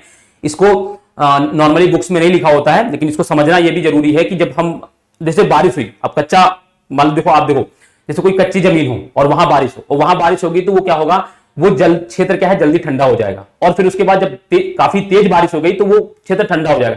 लेकिन वही पक्की जगह पर आप देखोगे तो बारिश हो जाने के बाद वहां क्या है उमस का सीजन रहता है। रीजन यही है कि जो पृथ्वी के अंदर की जो गर्मी थी ना वो अभी रिलीज हुई नहीं। वो ठंड के मौसम जब उसको हल्की ठंड महसूस होती है तो क्या करता है, जो अंदर से गर्मी रिलीज करती है, जब वो गर्मी रिलीज करेगी तो क्या होगा, एनवायरमेंट गर्म कर देगी। अब जब पानी जब पृथ्वी के अंदर जाता है तो क्या करता है, एकदम से सारी एनर्जी रिलीज कर देता है। बारिश के समय ही सारी एनर्जी रिलीज हो गई, बारिश भी हो रही, एनर्जी भी रिलीज हो जा रही। उसके बाद बारिश के बाद क्या होगा, मौसम ठंडा फील होगा हमें। लेकिन यहां शहरों में उल्टा हो जा रहा है, तो उसका रीजन भी यही है ना। तो ये सारी चीजें क्या है, इसके लिए जिम्मेदार हम ही सब हैं, ठीक है। लेकिन विकास भी करना है, तो विकास भी जरूरी है। विकास इसीलिए क्या है 1992 में आप देखो पृथ्वी सम्मेलन जब हुआ तो 1992 में क्या है सतत विकास की एक संकल्पना आई, जिसमें कहा गया कि हमें इस तरीके से विकास करना है कि हम पर्यावरण को नुकसान भी ना पहुंचाए और हमारी जो हमारी इच्छाएं हैं और जो विकास है उसकी भी पूर्ति हो जाए और आने वाले जनरेशन के लिए जो संसाधन है वो भी मिल जाए। लेकिन बच्चों होता क्या है कि ये जाहिर सी बात है कि जब विकास करेंगे तो पर्यावरण का नुकसान होगा ही होगा। ये लिखित फॉर्म में है, मतलब ऐसा हो ही नहीं सकता कि आप विकास करें और पर्यावरण का नुकसान ना हो, ये होगा ही होगा। बस हमें ध्यान ये रखना है कि पर्यावरण का नुकसान कम से कम हो, क्योंकि ये तो तय है ना कि आप बांध बनाओगे तो पेड़ों को कटाव करोगे, आपको पेड़ काटने ही पड़ेंगे। अगर आप जंगल में बांधो, नदी में क्या है बांध की बना रहे हो तो आपको पेड़ों को काटना ही पड़ेगा, ये तो श्योर है। लेकिन बच्चों बात यही है कि क्या हम जो वहां से पेड़ काट रहे हैं कि उसकी जगह पर दूसरी जगह पर हम क्या उतने ही पेड़ लगा रहे हैं कि नहीं लगा रहे हैं, बड़ी बात यह है। भरपाई उसकी कर रहे हैं कि नहीं कर रहे हैं, बड़ी बात यह है। इसीलिए एक ज्योग्राफर ने कहा है कि जब भी विकास की ओर मनुष्य बढ़ेगा तब तक होगा क्या कि पर्यावरण का नुकसान होना शुरू हो जाएगा। यही एक रीजन था जो हम देखते हैं कि जो भारत की जो प्रथम नगरीय सभ्यता थी सिंधु घाटी सभ्यता का विनाश हुआ, तो विनाश के पीछे के कई कारण थे, उसमें एक कारण था पर्यावरण असंतुलन का होना, पर्यावरण बिगड़ जाना।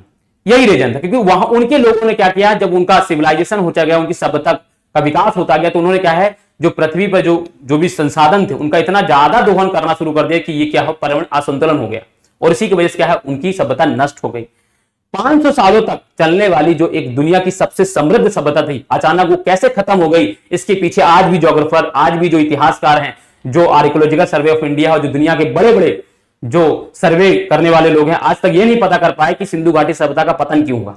कई अलग अलग रीजन देते हैं, कोई कहता है बाढ़ के कारण खत्म हो गया, कोई कहता है कि महामारी आ गई थी, कोई कहता है कि आर्यों ने आक्रमण कर दिया, तो कोई कुछ कुछ एग्जाम्पल देता रहता है, लेकिन सटीक जानकारी आज तक किसी ने नहीं दी। कोई पता ही नहीं कर पा रहा है कि सिंधु घाटी सभ्यता के पतन का कारण क्या है। बच्चों ऐसा ना हो कि ऐसी हमारी जब सभ्यता खत्म हो तो हमारे बारे में लोग, आने वाली जो बात की जो जनरेशन है वो भी पता ना कर पाए कि क्या कारण थे। हाँ, हो सकता है ऐसा ना, क्योंकि ठीक है चलो, हाँ कहां पढ़ लेते हम लोग, हाँ तो ये थी, ठीक है, इसके बारे में समझे। अब हम बात करें बहुउद्देशीय नदी परियोजना। तो परियोजना का मतलब क्या है, जब परियोजना बनना शुरू हुआ तो बहुत सारे, जैसे जंगल है, आज हम जंगल की बात करते हैं, तो जंगल में बहुत सारे ट्राइबल जनजातीय लोग लेते हैं। जैसे आज भारत के नॉर्थ ईस्ट वाले रीजन में चले, यदि उत्तर पूर्वी राज्यों में चले जाओगे आप, तो वहां बहुत सारे ट्राइबल जनजातीय लोग ही हैं। भारत के उड़ीसा, झारखंड, छत्तीसगढ़, ठीक है, मध्य प्रदेश, यूपी का कुछ क्षेत्र है, गुजरात का कुछ क्षेत्र है, जहां पर यहाँ पर जनजातीय लोग रहते हैं। अब ये जनजातीय लोग हजारों सालों से जंगल के अंदर रह रहे हैं, उनका जंगल ही उनका घर है, उनकी जीविका है, वही सब कुछ है, वही उनका देव है, वही देवता है, वही उनकी जीवन है, उसी के माध्यम से वो क्या है, अपना जीवन चला रहे हैं। लेकिन बच्चों क्या है, आप नदी वहां से गुजर रही थी, आपने क्या किया, नदी पर बांध बनाने के लिए क्या किया, वहां के जो ट्राइबल, जो जनजातीय लोग वहां पर रह रहे हैं, अब उनका क्या होगा, उनका और भारतीय सरकार या जो बांध बनाने लोग हैं उनके बीच में टकराव होगा। तो जब टकराव होगा तो होगा क्या भाई, संघर्ष होगा। तो यही वजह है कि बच्चों क्या है, जब बांध बनने लगे तो वहीं पर बहुत सारे लोगों ने उसकी आलोचनाएं करनी शुरू कर दी, क्योंकि उससे जो उस क्षेत्र का जो जैव विविधता है, यानी जीव जंगल है और जीव जंतु है और उसमें रहने वाले जो लोग हैं, उनको क्या है, उनको विस्थापित करना पड़ता है, उनका कहीं और ट्रांसफर करना पड़ता है। उससे क्या होता है, वहां की जैव विविधता खत्म हो जाती है, दूसरा वहां के रहने वाले क्षेत्रों की जो है जीविका वो खतरे में पड़ जाती है। इससे क्या हुआ, जो बांध है, जो बड़े बड़े नदी उद्देश्य हैं, उनकी परियोजनाएं हैं, उनका बहुत ज्यादा क्या है, उनकी आलोचनाएं होने लगी और इसी के बाद क्या, इनका विरोध होना शुरू कर दिया। जैसे आप देखो कि जब बच्चों क्या है कि आपने एक मूवमेंट का नाम सुना होगा, चिपको आंदोलन। चिपको आंदोलन क्या था बच्चों, लोगों ने पेड़ों पर चिपक कर पेड़ों को बचाना शुरू कर दिया। उत्तराखंड के टिहरी जिले में यह शुरू हुआ था, चमोली जिले में, तो सॉरी हाँ टेहरी में ही था। ठीक, इसके बाद अगर आप देखो तो नर्मदा बचाओ आंदोलन, इसके बाद अगर आप देखो तो यहां पर नर्मदा बचाओ आंदोलन क्या है, यहां पर बांध बनाया जा रहा था। बांध की क्या है, बांध बनाई गए, पहली तो बात यह है बांध का ही लोग विरोध कर रहे थे, दूसरा बांध की हाइट बढ़ाई जा रही थी, तो हाइट बढ़ाने का भी लोग विरोध कर रहे थे।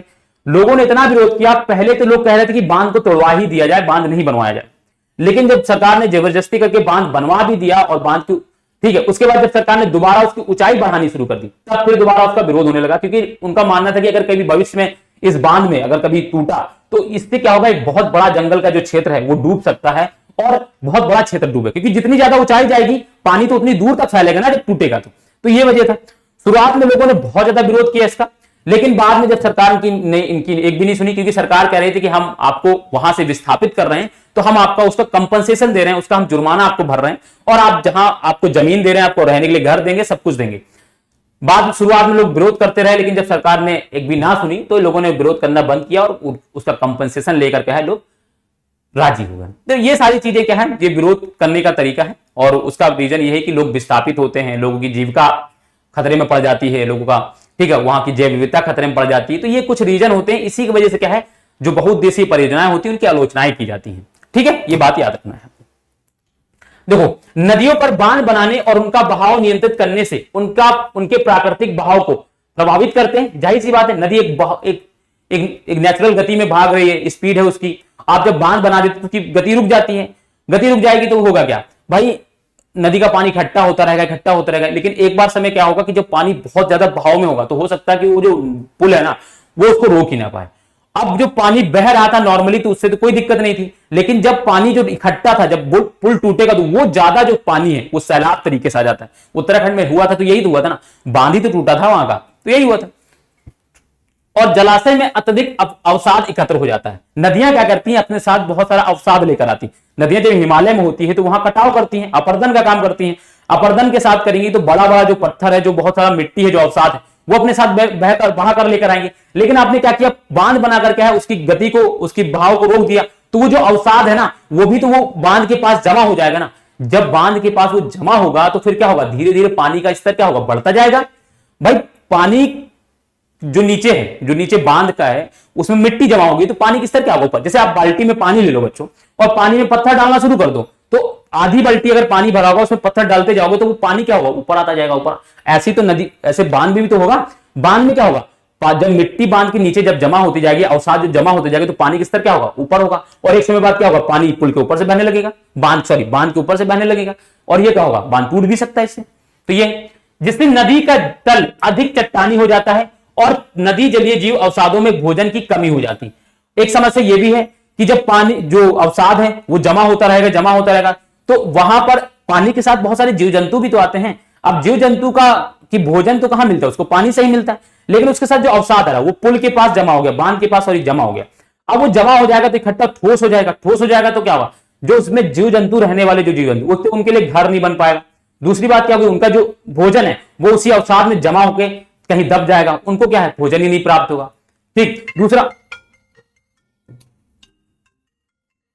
है, तो ये सारी समस्या है।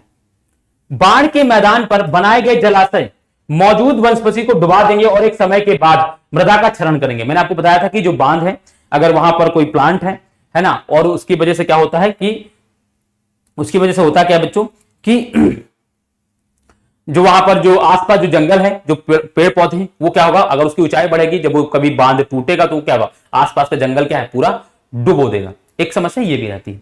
स्थानीय समुदाय का बड़े पैमाने पर विस्थापन, ये सबसे बड़ी समस्या है। इसी की वजह से जो है सरदार सरोवर बांध का, ठीक है, बहिष्कार किया गया था। भाखड़ा नागल बांध पर भी इसका बहुत बड़ा असर पड़ा था। ठीक है, लोगों को बहुत बड़ी मात्रा में लोगों को विस्थापित किया जाता है, एक जगह से दूसरी जगह ले जाया जाता है। अब मैंने बताया कि नर्मदा बचाओ आंदोलन फिर सबसे बड़ा एग्जांपल है। नर्मदा बचाओ आंदोलन ये क्या है, गुजरात में सरदार सरोवर बांध बनाया जा रहा था। सरदार सरोवर बांध जो है वहां बनाया गया था, उसी के विरोध में क्या है, वहां की जो कम्युनिटी है, जो वहां की जनजातीय समाज है, उन्होंने क्या किया था, नर्मदा बचाओ आंदोलन शुरू किया था। इसका उद्देश्य यह था कि बांध नहीं बनाया जाए। शुरुआत में जब सरकार नहीं मानी तो उन्होंने बांध बना दिया, बनाने की अनुमति दे दी, लेकिन उन्होंने कंपनसेशन की बात तभी नहीं, शुरुआत से विरोध करते रहे। लेकिन बाद में सरकार ने फिर और बांध की ऊंचाई बढ़ानी शुरू कर दी, तो फिर ये लोग और उग्र रूप से अपना विरोध करने लगे, लेकिन सरकार ने इनकी एक भी ना सुनी। तो बाद में पहले ये लोग कंपनसेशन लेने को तैयार नहीं थे, लेकिन सरकार ने जब इन पर दबाव डाला, प्रेशर डाला, तो फिर बाद में ये क्या है, अपना विरोध जो आंदोलन वो वापस इन्होंने लिया और कंपनसेशन लेकर, यानी जो शुल्क भर्ती जुर्माना तौर पे कह लो कि इनका घर विस्थापित करने के लिए दिया था, उसको लेकर क्या है ये शांत हो गए, और इसके बाद क्या है, यहां पर ये मूवमेंट भी खत्म हो गया। ठीक है, तो ये गैर सरकारी संगठन था, है ना, गैर सरकारी संगठनों ने क्या है एक आंदोलन किया था, जिसको एनजीओस बोलते हैं। ठीक है, इनके लोगों ने यहां पे किया था। ठीक है, समझ जाने। यह आंदोलन नर्मदा नदी पर सरदार सरोवर बांध निर्माण के विरोध में था, ये मैंने आपको बताया आपको। यह आंदोलन गैर सरकारी संगठन द्वारा संचालित था। गैर सरकारी संगठन मतलब सरकारी नहीं होता है, उसमें बहुत एनजीओ चलते हैं। जैसे आजकल ह्यूमन राइट्स के नाम पर एनजीओ चल रहे हैं, महिलाओं के नाम पर एनजीओ चल रहे हैं, बच्चों को लिए एनजीओ चल रहे हैं, तो अलग अलग एनजीओ चलते हैं। ठीक है, तो एनजीओ क्या होते हैं, गैर सरकारी संगठन होते हैं। ये एक प्रेशर ग्रुप की तरह काम करता है, जो सरकार पर प्रेशर डालता है, दबाव डालते हैं और अपनी बातों को मनवाने का काम करते हैं। ठीक है, ये बात समझना है। आगे हम इसमें शायद पॉलिटिकल साइंस में एक चैप्टर है, उसमें पढ़ाएंगे आपको, राजनीति सिविक्स में आपको एक चैप्टर पढ़ाएंगे, तो उसी में समझाएंगे कि प्रेशर ग्रुप किस तरीके से काम करता है। ठीक है, ये एक प्रेशर ग्रुप की तरह रहता है। ये क्या है, लोगों पर, सरकार पर, और जो अपनी बात है उसको मनवाने का क्या है, दबाव डालती है एक तरीके से एनजीओ। ठीक है, फिर देखो इसमें देखो मैंने बताया जनजातीय लोगों, किसान, पर्यावरणविदों का व मानवाधिकार कार्यकर्ताओं का सरदार सरोवर परियोजनाओं के विरोध में लामबंद होना। ये लोग लामबंद हुए थे, यानी इकट्ठे हुए थे। आरंभ में यह आंदोलन जंगलों के बांध के पानी में डूब जाने के मुद्दे पर केंद्रित था, लेकिन बाद में देखो क्या है, इसका लक्ष्य विस्थापितों का पुनर्वास करना हो गया। बाद में क्या हो गया, इन्होंने पुनर्वास को मान लिया और कंपनसेशन लेकर इसका विरोध खत्म कर दिया। पहले ये लोग मना ही कर रहे थे कि नहीं बनना चाहिए, लेकिन बाद में इन्होंने मान लिया। ठीक है, तो ये मैंने आपको बताई थी। वर्षा जल संग्रहण। वर्षा जल संग्रहण मतलब पानी को इकट्ठा करना, यानी जो बारिश का पानी है, ठीक है, उसको इकट्ठा करना। जब प्रधानमंत्री नरेंद्र मोदी जी जब आए 2014 में, तो उन्होंने 2016 में एक स्लोगन दिया था, पर ड्रॉप मोर क्रॉप, यानी पर ड्रॉप मोर क्रॉप, यानी एक बूंद अधिक फसल, ये इन्होंने नारा दिया था। इसका उद्देश्य यह था कि जो पानी है, जो वर्षा का पानी है, उसको सहेजो, और उसको सहेज कर क्या है, घरेलू कामकाजों में, सिंचाई में, उद्योग में, और जो यूज के जो डेली यूज के जो काम है उनमें क्या है पानी का उपयोग किया जाए। ठीक है, तो ये अब वर्षा जल संग्रहण करना है, तो वर्षा जल संग्रहण करने के लिए क्या है अलग अलग विधियां बनाई जाएंगी। कैसे करोगे बच्चों, तो अलग अलग क्षेत्र में, भारत के अलग अलग क्षेत्रों में क्या है वर्षा को संग्रहित करने का या इकट्ठा करने के कई अलग अलग तरीके अपनाए जाते हैं आज भी। जैसे बहुत सारे जगहों पर, जैसे अगर हम बात करें बच्चों तो भारत के राजस्थान वाले इलाके में अगर हम बात करें तो राजस्थान में इलाके में क्या है टंका बनाए जाते हैं। टांका भी उनको बोलते हैं, टैंक भी बोलते हैं, टंका भी बोलते हैं, ये बनाए जाते हैं। टंका बनाया कैसे जाता है बच्चों, तो अंदर जमीन में क्या है गड्ढा खोद देते हैं, उसको सीमेंट से बना देते हैं। ठीक है, उसके बाद उसको ऊपर से ढक देते हैं पूरा पक्की, और उसमें क्या है अंदर से एक पाइप डाल देते हैं और बरसात का पानी को क्या है नाली के माध्यम से क्या है उसमें छलनी भी लगा देते हैं कि गंदा जो चीज है वो अंदर ना जाए, और नाली बनाकर क्या है बरसात के पानी को क्या है उस टैंक के अंदर लाया जाता है। तो एक ये तरीका किया जाता है। दूसरा यही एक तरीका ये भी किया जाता है कि जो छत है, छत के पानी को जो है बच्चों ग्राउंड वाटर में कन्वर्ट करने के लिए क्या करते हैं गड्ढा बनाते हैं और छत में एक पाइप जोड़ कर क्या है उस गड्ढे में पाइप जोड़ देते हैं और छत का पानी क्या है उस गड्ढे में जाता है। एक तो तरीका ये भी कर रहे हैं लोग। और क्या कर देते हैं बच्चों, तो बहुत सारे क्षेत्रों में क्या है जमीन में गड्ढा खोद के क्या है खुले में, जैसे तालाब बनाया जाता है, पोखर जिनको आप लोग कहते हैं गांव में, पोखरा जहां पर नदी भैंस जो नहाती है, जहां पर लोग कपड़े धुलने गांव में जाते हैं, नहाने भी जाते हैं लोग पोखरा में आजकल। तो पोखरा मतलब तालाब में क्या करते हैं जैसे गड्ढा खोद दिया उसमें बरसात का पानी, उसी को जोहड़ खदीन भी कहा जाता है वहां पर जैसलमेर। एक तरीका ये भी हो गया। जैसे बच्चों की यहां पर क्या है हिमालय के पश्चिमी वाले भाग में क्या है बच्चों गुल और कुल बनाई जाती है। मतलब गुल और कुल क्या है तो कुछ जल धाराएं बनाई जाती, जल वहिकाएं बनाई जाती, और उन जहां बहुत पर्याप्त मात्रा में बारिश हो रही है, जहां पर्याप्त मात्रा में पानी है, उसको क्या है उन वहिकाओं के माध्यम से, उन नालियों के माध्यम से क्या है सिंचाई वाले क्षेत्र में क्या है उनको लेकर आया जाता है पानी को। ये तरीका क्या है पानी को एकत्रित करने का। जैसे बच्चों पूर्वी भारत में क्या है आप देखो कि बांस ड्रिप प्रणाली है ना। बांस ड्रिप प्रणाली मतलब कि क्या किया जाता है, तो जो पत्थर जो झरने से जो पानी बूंद बूंद जो पानी ट्रिप बह रहा है उसको क्या करते हैं बांस के माध्यम से क्या है बहुत दूर से क्या है शहरी इलाकों या गांव वाले इलाके में क्या है उसको लेकर आया जाता है। तो ये सब तरीके क्या है बच्चों, ये पानी को संग्रहित करने के तरीके हैं। अलग अलग जगह पर क्या है अलग अलग तरीके से क्या है पानी को संग्रहित किया जा रहा है। ठीक है, ये बात याद रखना है आपको। तो देखो यहां पर क्या है वर्षा जल संग्रहण का अर्थ है वर्षा जल को बह जाने देने के बजाय उसका संग्रहण और उसका भंडारण करना। मैंने वही बताया आपको, जो वर्षा का पानी है एक एक बूंद को सहेज कर रखो। ठीक है, जैसे वर्षा जल को छत जैसी सतह से एकत्रित किया जाता है, यानी छत पे मैंने आपको बताया। ठीक है, उसे टैंक, गहरे गड्ढे, कुएं, रिसाव वाले जलाशय में पुनः निर्देशित किया जाता है, यानी पुनः भेज दिया जाता है, जिससे वहां नीचे रिस कर भूजल को पुनः स्थापित कर रहे हैं, यानी पुनः रिचार्ज हो गया। जैसे ये बात, जैसे यहां पर देखो मैंने पिक्चर लगाई हुई है, आपको दिखाते हैं यहाँ पे। ये देखो, ये है बच्चों, ये देखो, ये जैसे ये देखो ये छत है बच्चों, इस छत में क्या है बारिश हो रही है। अब ये पाइप लगा दिया, इस पाइप को क्या करते हैं नीचे अंडरग्राउंड, देखो नल पे, जो नल है ना, जो नल जानते हो ना गांव में नल बोलते हैं उसको, हेडपंप जिसको बोलते हैं, उसमें क्या है पाइप लगा करके पानी अंडरग्राउंड नीचे भेज दिया। अब ये क्या है, ये पानी अंदर चला गया और हम जो पानी निकाल रहे हैं वो अंडरग्राउंड ही निकाल रहे हैं। अब पानी वर्षा का पानी अंदर जा रहा है और हम यूज कर रहे हैं, तो पानी क्या होगा, पानी पुनर्रिचार्ज भी हो रहा है, हम उसको यूज भी कर रहे हैं और फिर वो पानी चला भी जा रहा है, तो फिर क्या होगा, एक संतुलन बना रहेगा, पानी कमी नहीं होगी कभी। ठीक है, तो ये चीज है। ठीक, ये है। अब देखो यहां पर वर्षा जल संचयन की विधियां क्या है, यानी पानी को एकत्रित करने की विधियां कौन कौन सी है, यहां से पूछा जाता है क्वेश्चन आपसे। ठीक है, तो देखो पहाड़ी क्षेत्रों में कौन से, तो भारत की जो हिमालय मैंने आपको पढ़ाया था 9th में, आपने नहीं पढ़ा लेकिन जो बच्चे पढ़े मेरे से 9th में, तो हिमालय वाले रीजन में क्या है, हिमालय के जो पश्चिमी भाग वहां पर क्या है लोगों ने कृषि के लिए पश्चिमी हिमालय में देखो गुल और कुल जैसी वहिकाएं बनाई है। हिमालय का मतलब देखो क्या है, जैसे आप ध्यान से सुनना इस चीज को कैसे समझोगे। जैसे मान लो ये क्षेत्र है सिंचाई का, ये सिंचाई का क्षेत्र है और यहां पर क्या है, यहां पर बहुत सारा पानी का स्रोत है, यहां पर बहुत सारा पानी का स्रोत है, ये पानी बह रहा है। तो लोग क्या करते हैं कि यहां पर छोटी छोटी वहिकाएं बनाते हैं, ऐसे ऐसे करके इनसे कनेक्ट करके ऐसे छोटी छोटी वहिकाएं बनाते हैं और यहां का पानी जो है ना इस क्षेत्र में, ये जो है इस क्षेत्र में क्या है, इस क्षेत्र में लेकर आते हैं, यहां से ऐसे लेकर आते हैं। इसी को क्या बोलते हैं, इसी को गुल और कुल बोलते हैं, इसी को क्या बोलते हैं, गुल एवं कुल बोलते हैं। ठीक है, ठीक, ये याद रखना है ऐसे बनाकर। ठीक है, ये सिंचाई का क्षेत्र था, यहां पर पानी लेके आते हैं, यहां सिंचाई करते हैं। ठीक है, तो ये बहुत सारे क्षेत्र पे ऐसे किया जाता है। क्लियर है। देखो पश्चिमी भारत विशेषकर राजस्थान, मैंने आपको बताया पीने का जल एकत्रित करने, ये गलत है, पीने का जल ऐसे होगा,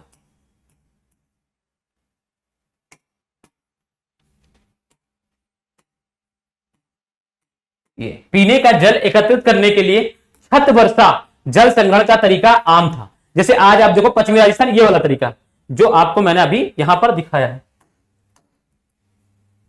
ये तरीका, ये वाला तरीका क्या है, राजस्थान में आम है। ठीक है। ये पश्चिम बंगाल में बाढ़ के मैदान में लोग अपने खेतों की सिंचाई के लिए बाढ़ जल का वहिकाएं बनाते हैं। जैसे यहां, जैसे पश्चिमी हिमालय में बनाते हैं, ऐसे क्या है बंगाल में भी क्या है लोग करते हैं कि जो बाढ़ का पानी है उसको, जहां पे बहुत ज्यादा पानी, बाढ़ का पानी, उसको क्या है, जो पानी की जहां कमी है वहां पर क्या है छोटी छोटी नालियां बनाकर क्या है उस क्षेत्र तक लेकर आते हैं। तो ये सब तरीके हैं। फिर देखो राजस्थान के शुष्क और अर्ध शुष्क क्षेत्र में खेतों में वर्षा जल एकत्रित करने के लिए गड्ढे बनाए जाते हैं ताकि मृदा को सिंचित किया जा सके और संरक्षित जल को खेती के लिए उपयोग में लाया जा सके। मतलब जैसे ये गड्ढे, ये देखो ये क्या है, ये गड्ढा है, ये क्या है, ये गड्ढा बना दिया, तालाब टाइप का बना दिया, इसी में क्या है पानी, बारिश होगी इकट्ठा हो जाएगी। क्योंकि बच्चों अगर आप देखो ना बच्चों, तो भारत जो राजस्थान वाला जो इलाका है, राजस्थान का जो वेस्टर्न इलाका जहां, जिसको आप शुष्क और अर्ध शुष्क क्षेत्र, यहां पर लगभग 25 सेंटीमीटर के आसपास पूरे साल भर में वर्षा होती है।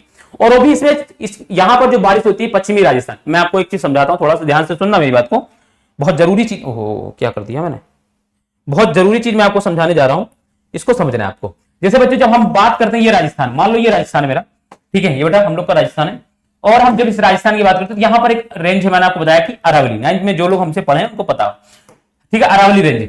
अब ये अरावली का पश्चिमी भाग है, ठीक है, ये अरावली का पश्चिमी भाग है और ये अरावली का पूर्वी भाग।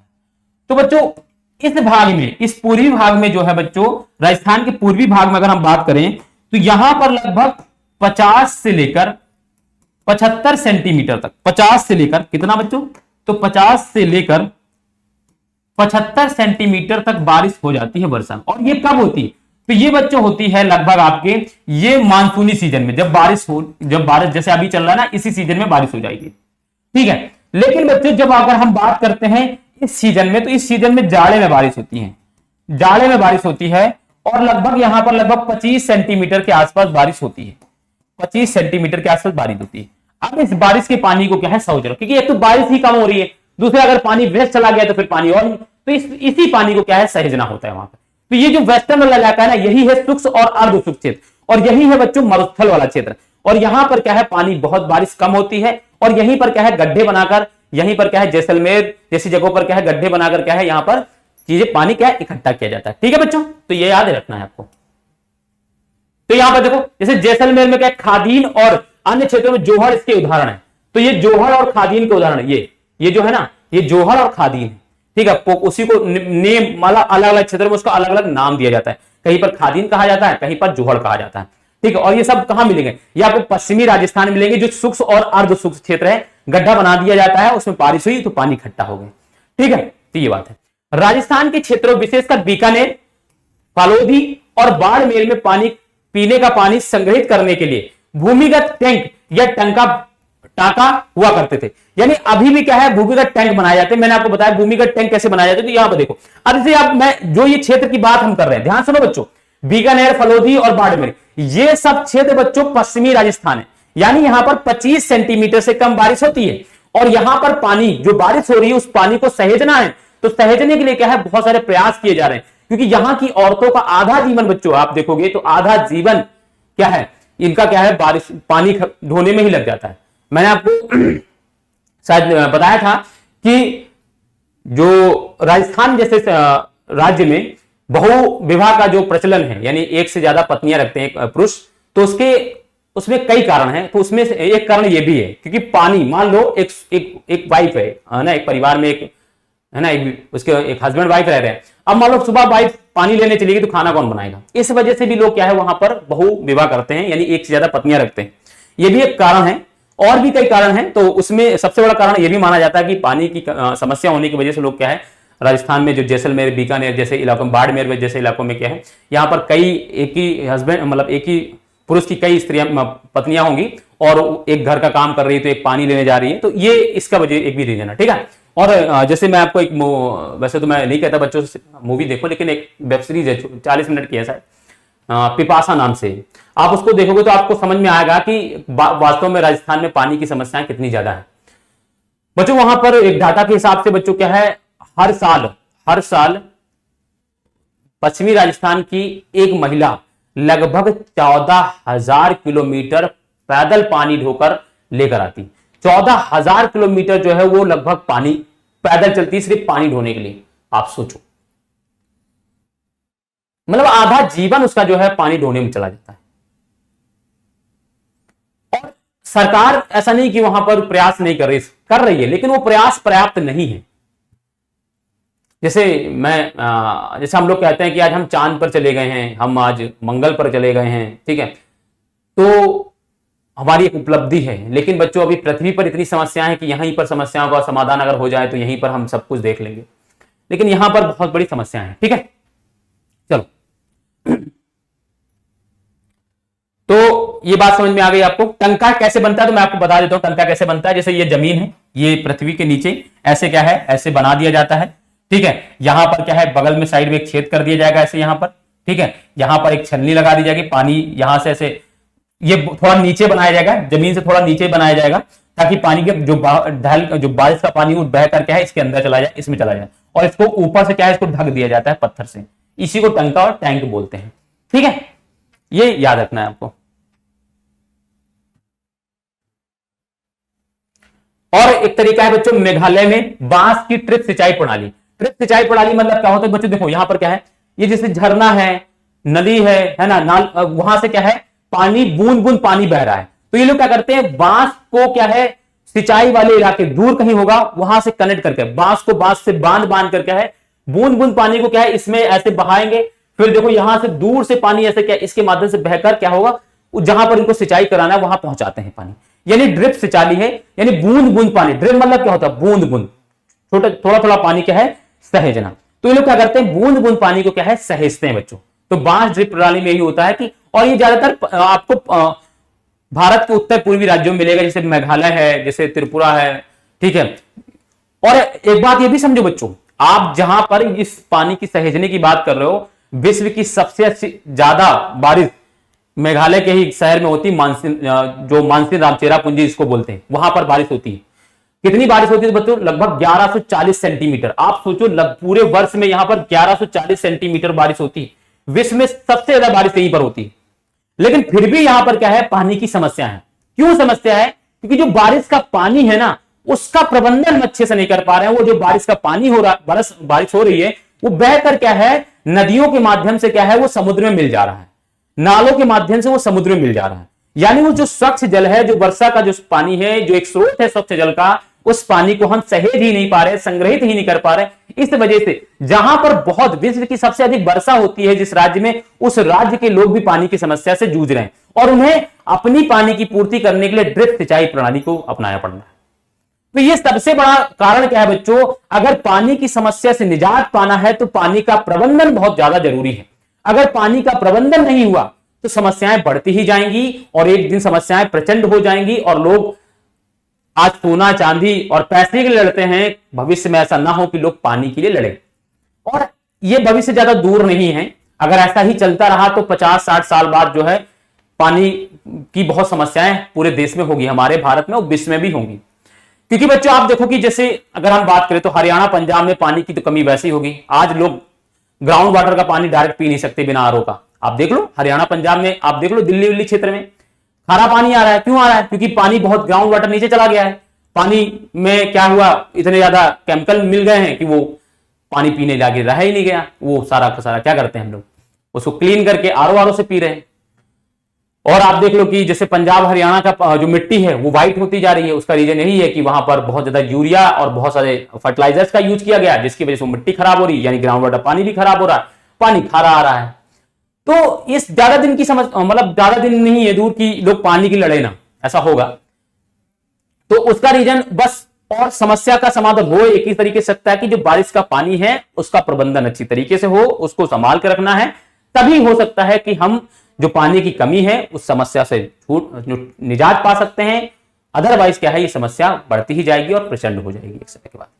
ठीक है, तो ये भी याद रखना है बच्चों। आपको एक बात जानकर हैरानी होगी, मैं आपको एक चीज समझाता हूं कि भारत में लगभग 114 सेंटीमीटर बारिश होती है। भारत में प्रति वर्ष लगभग 114 सेंटीमीटर बारिश होती है। वहीं एक देश है बच्चों इजराइल। इसराइल का नाम आपने सुना होगा, जो भी वार में उलझा था, फिलिस्तीन के साथ उसका वॉर चल रहा था। इसराइल में मात्र 25 सेंटीमीटर बारिश होती है, लेकिन उस 25% सेंटीमीटर बारिश से भी क्या है, वो अपनी लोगों की पानी की जरूरतों को पूरी कर पा रहा है। क्यों कर पा रहा है? क्योंकि वो बरसात के अधिक से अधिक पानी को क्या है, वो संग्रहित कर रहा है, स्टोर कर रहा है।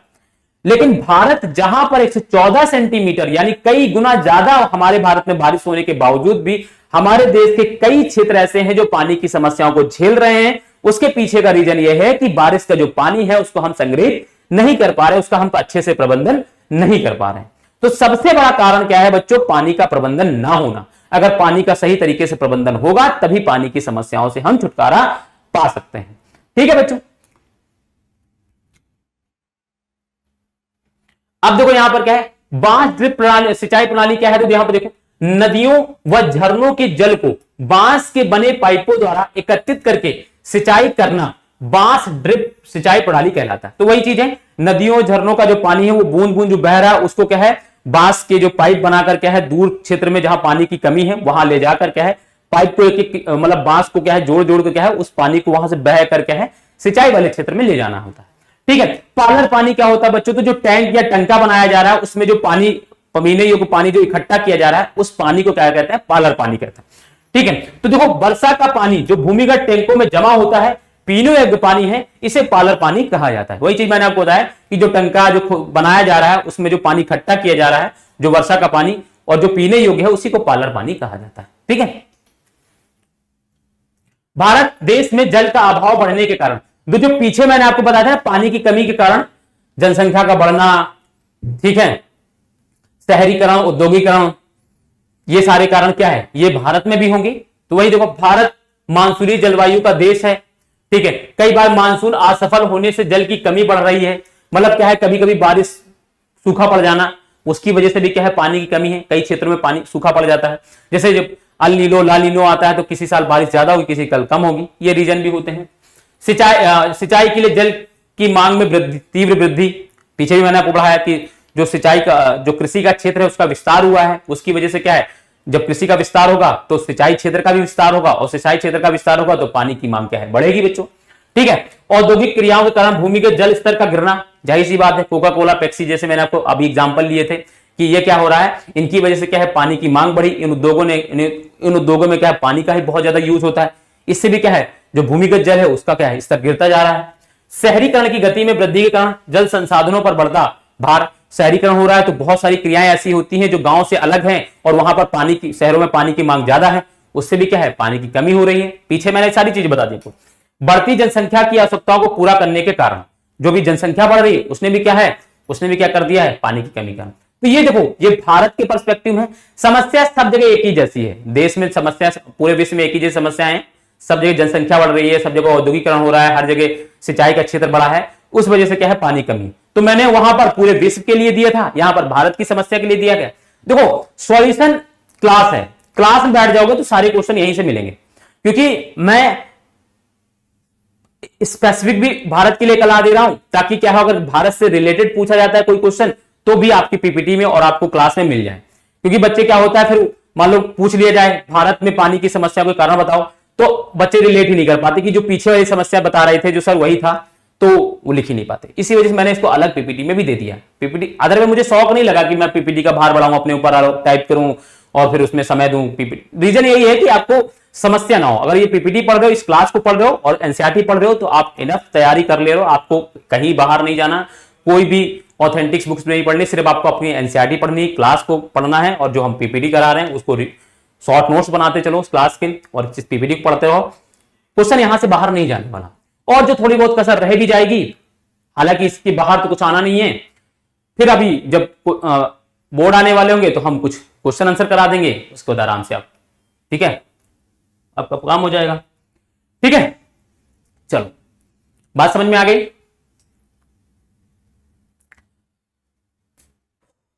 ओ थैंक यू, मतलब चैप्टर तो खत्म हो गया, तो चैप्टर खत्म हो गया और उम्मीद है कि आपको पढ़कर मजा आया होगा, आप कुछ सीखे होंगे, कुछ अंडरस्टैंडिंग बनाई होगी। देखो मैंने एनसीईआरटी से बियॉन्ड जाकर बहुत सारी चीजें समझाने का प्रयास इसलिए किया है क्योंकि ये चैप्टर एनसीईआरटी में रहकर अच्छे समझा नहीं जा सकता था।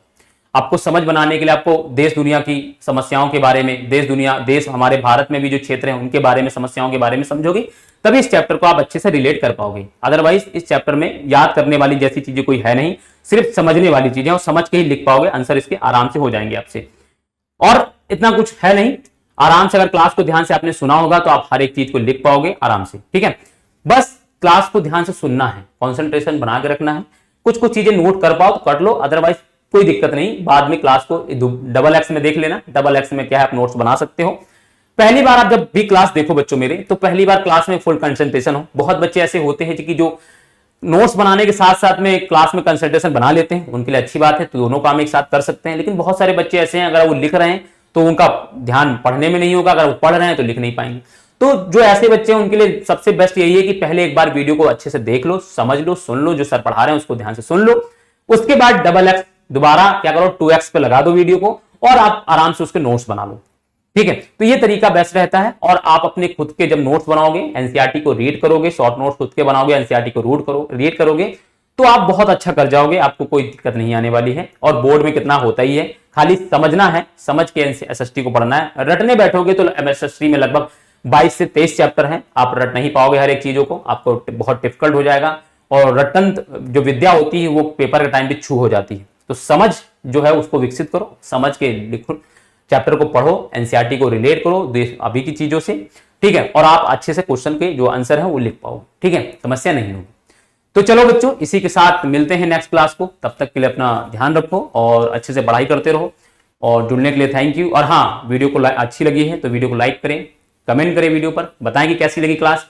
और चैनल को सब्सक्राइब करना बिल्कुल ना भूलें, जिन्होंने अभी तक सब्सक्राइब नहीं किया है वो चैनल को सब्सक्राइब कर लें, और वीडियो को शेयर करना भी ना भूलें, ठीक है। इसी के साथ मिलते हैं और आपसे आज फिर विदा लेते हैं और मिलेंगे नेक्स्ट क्लास में।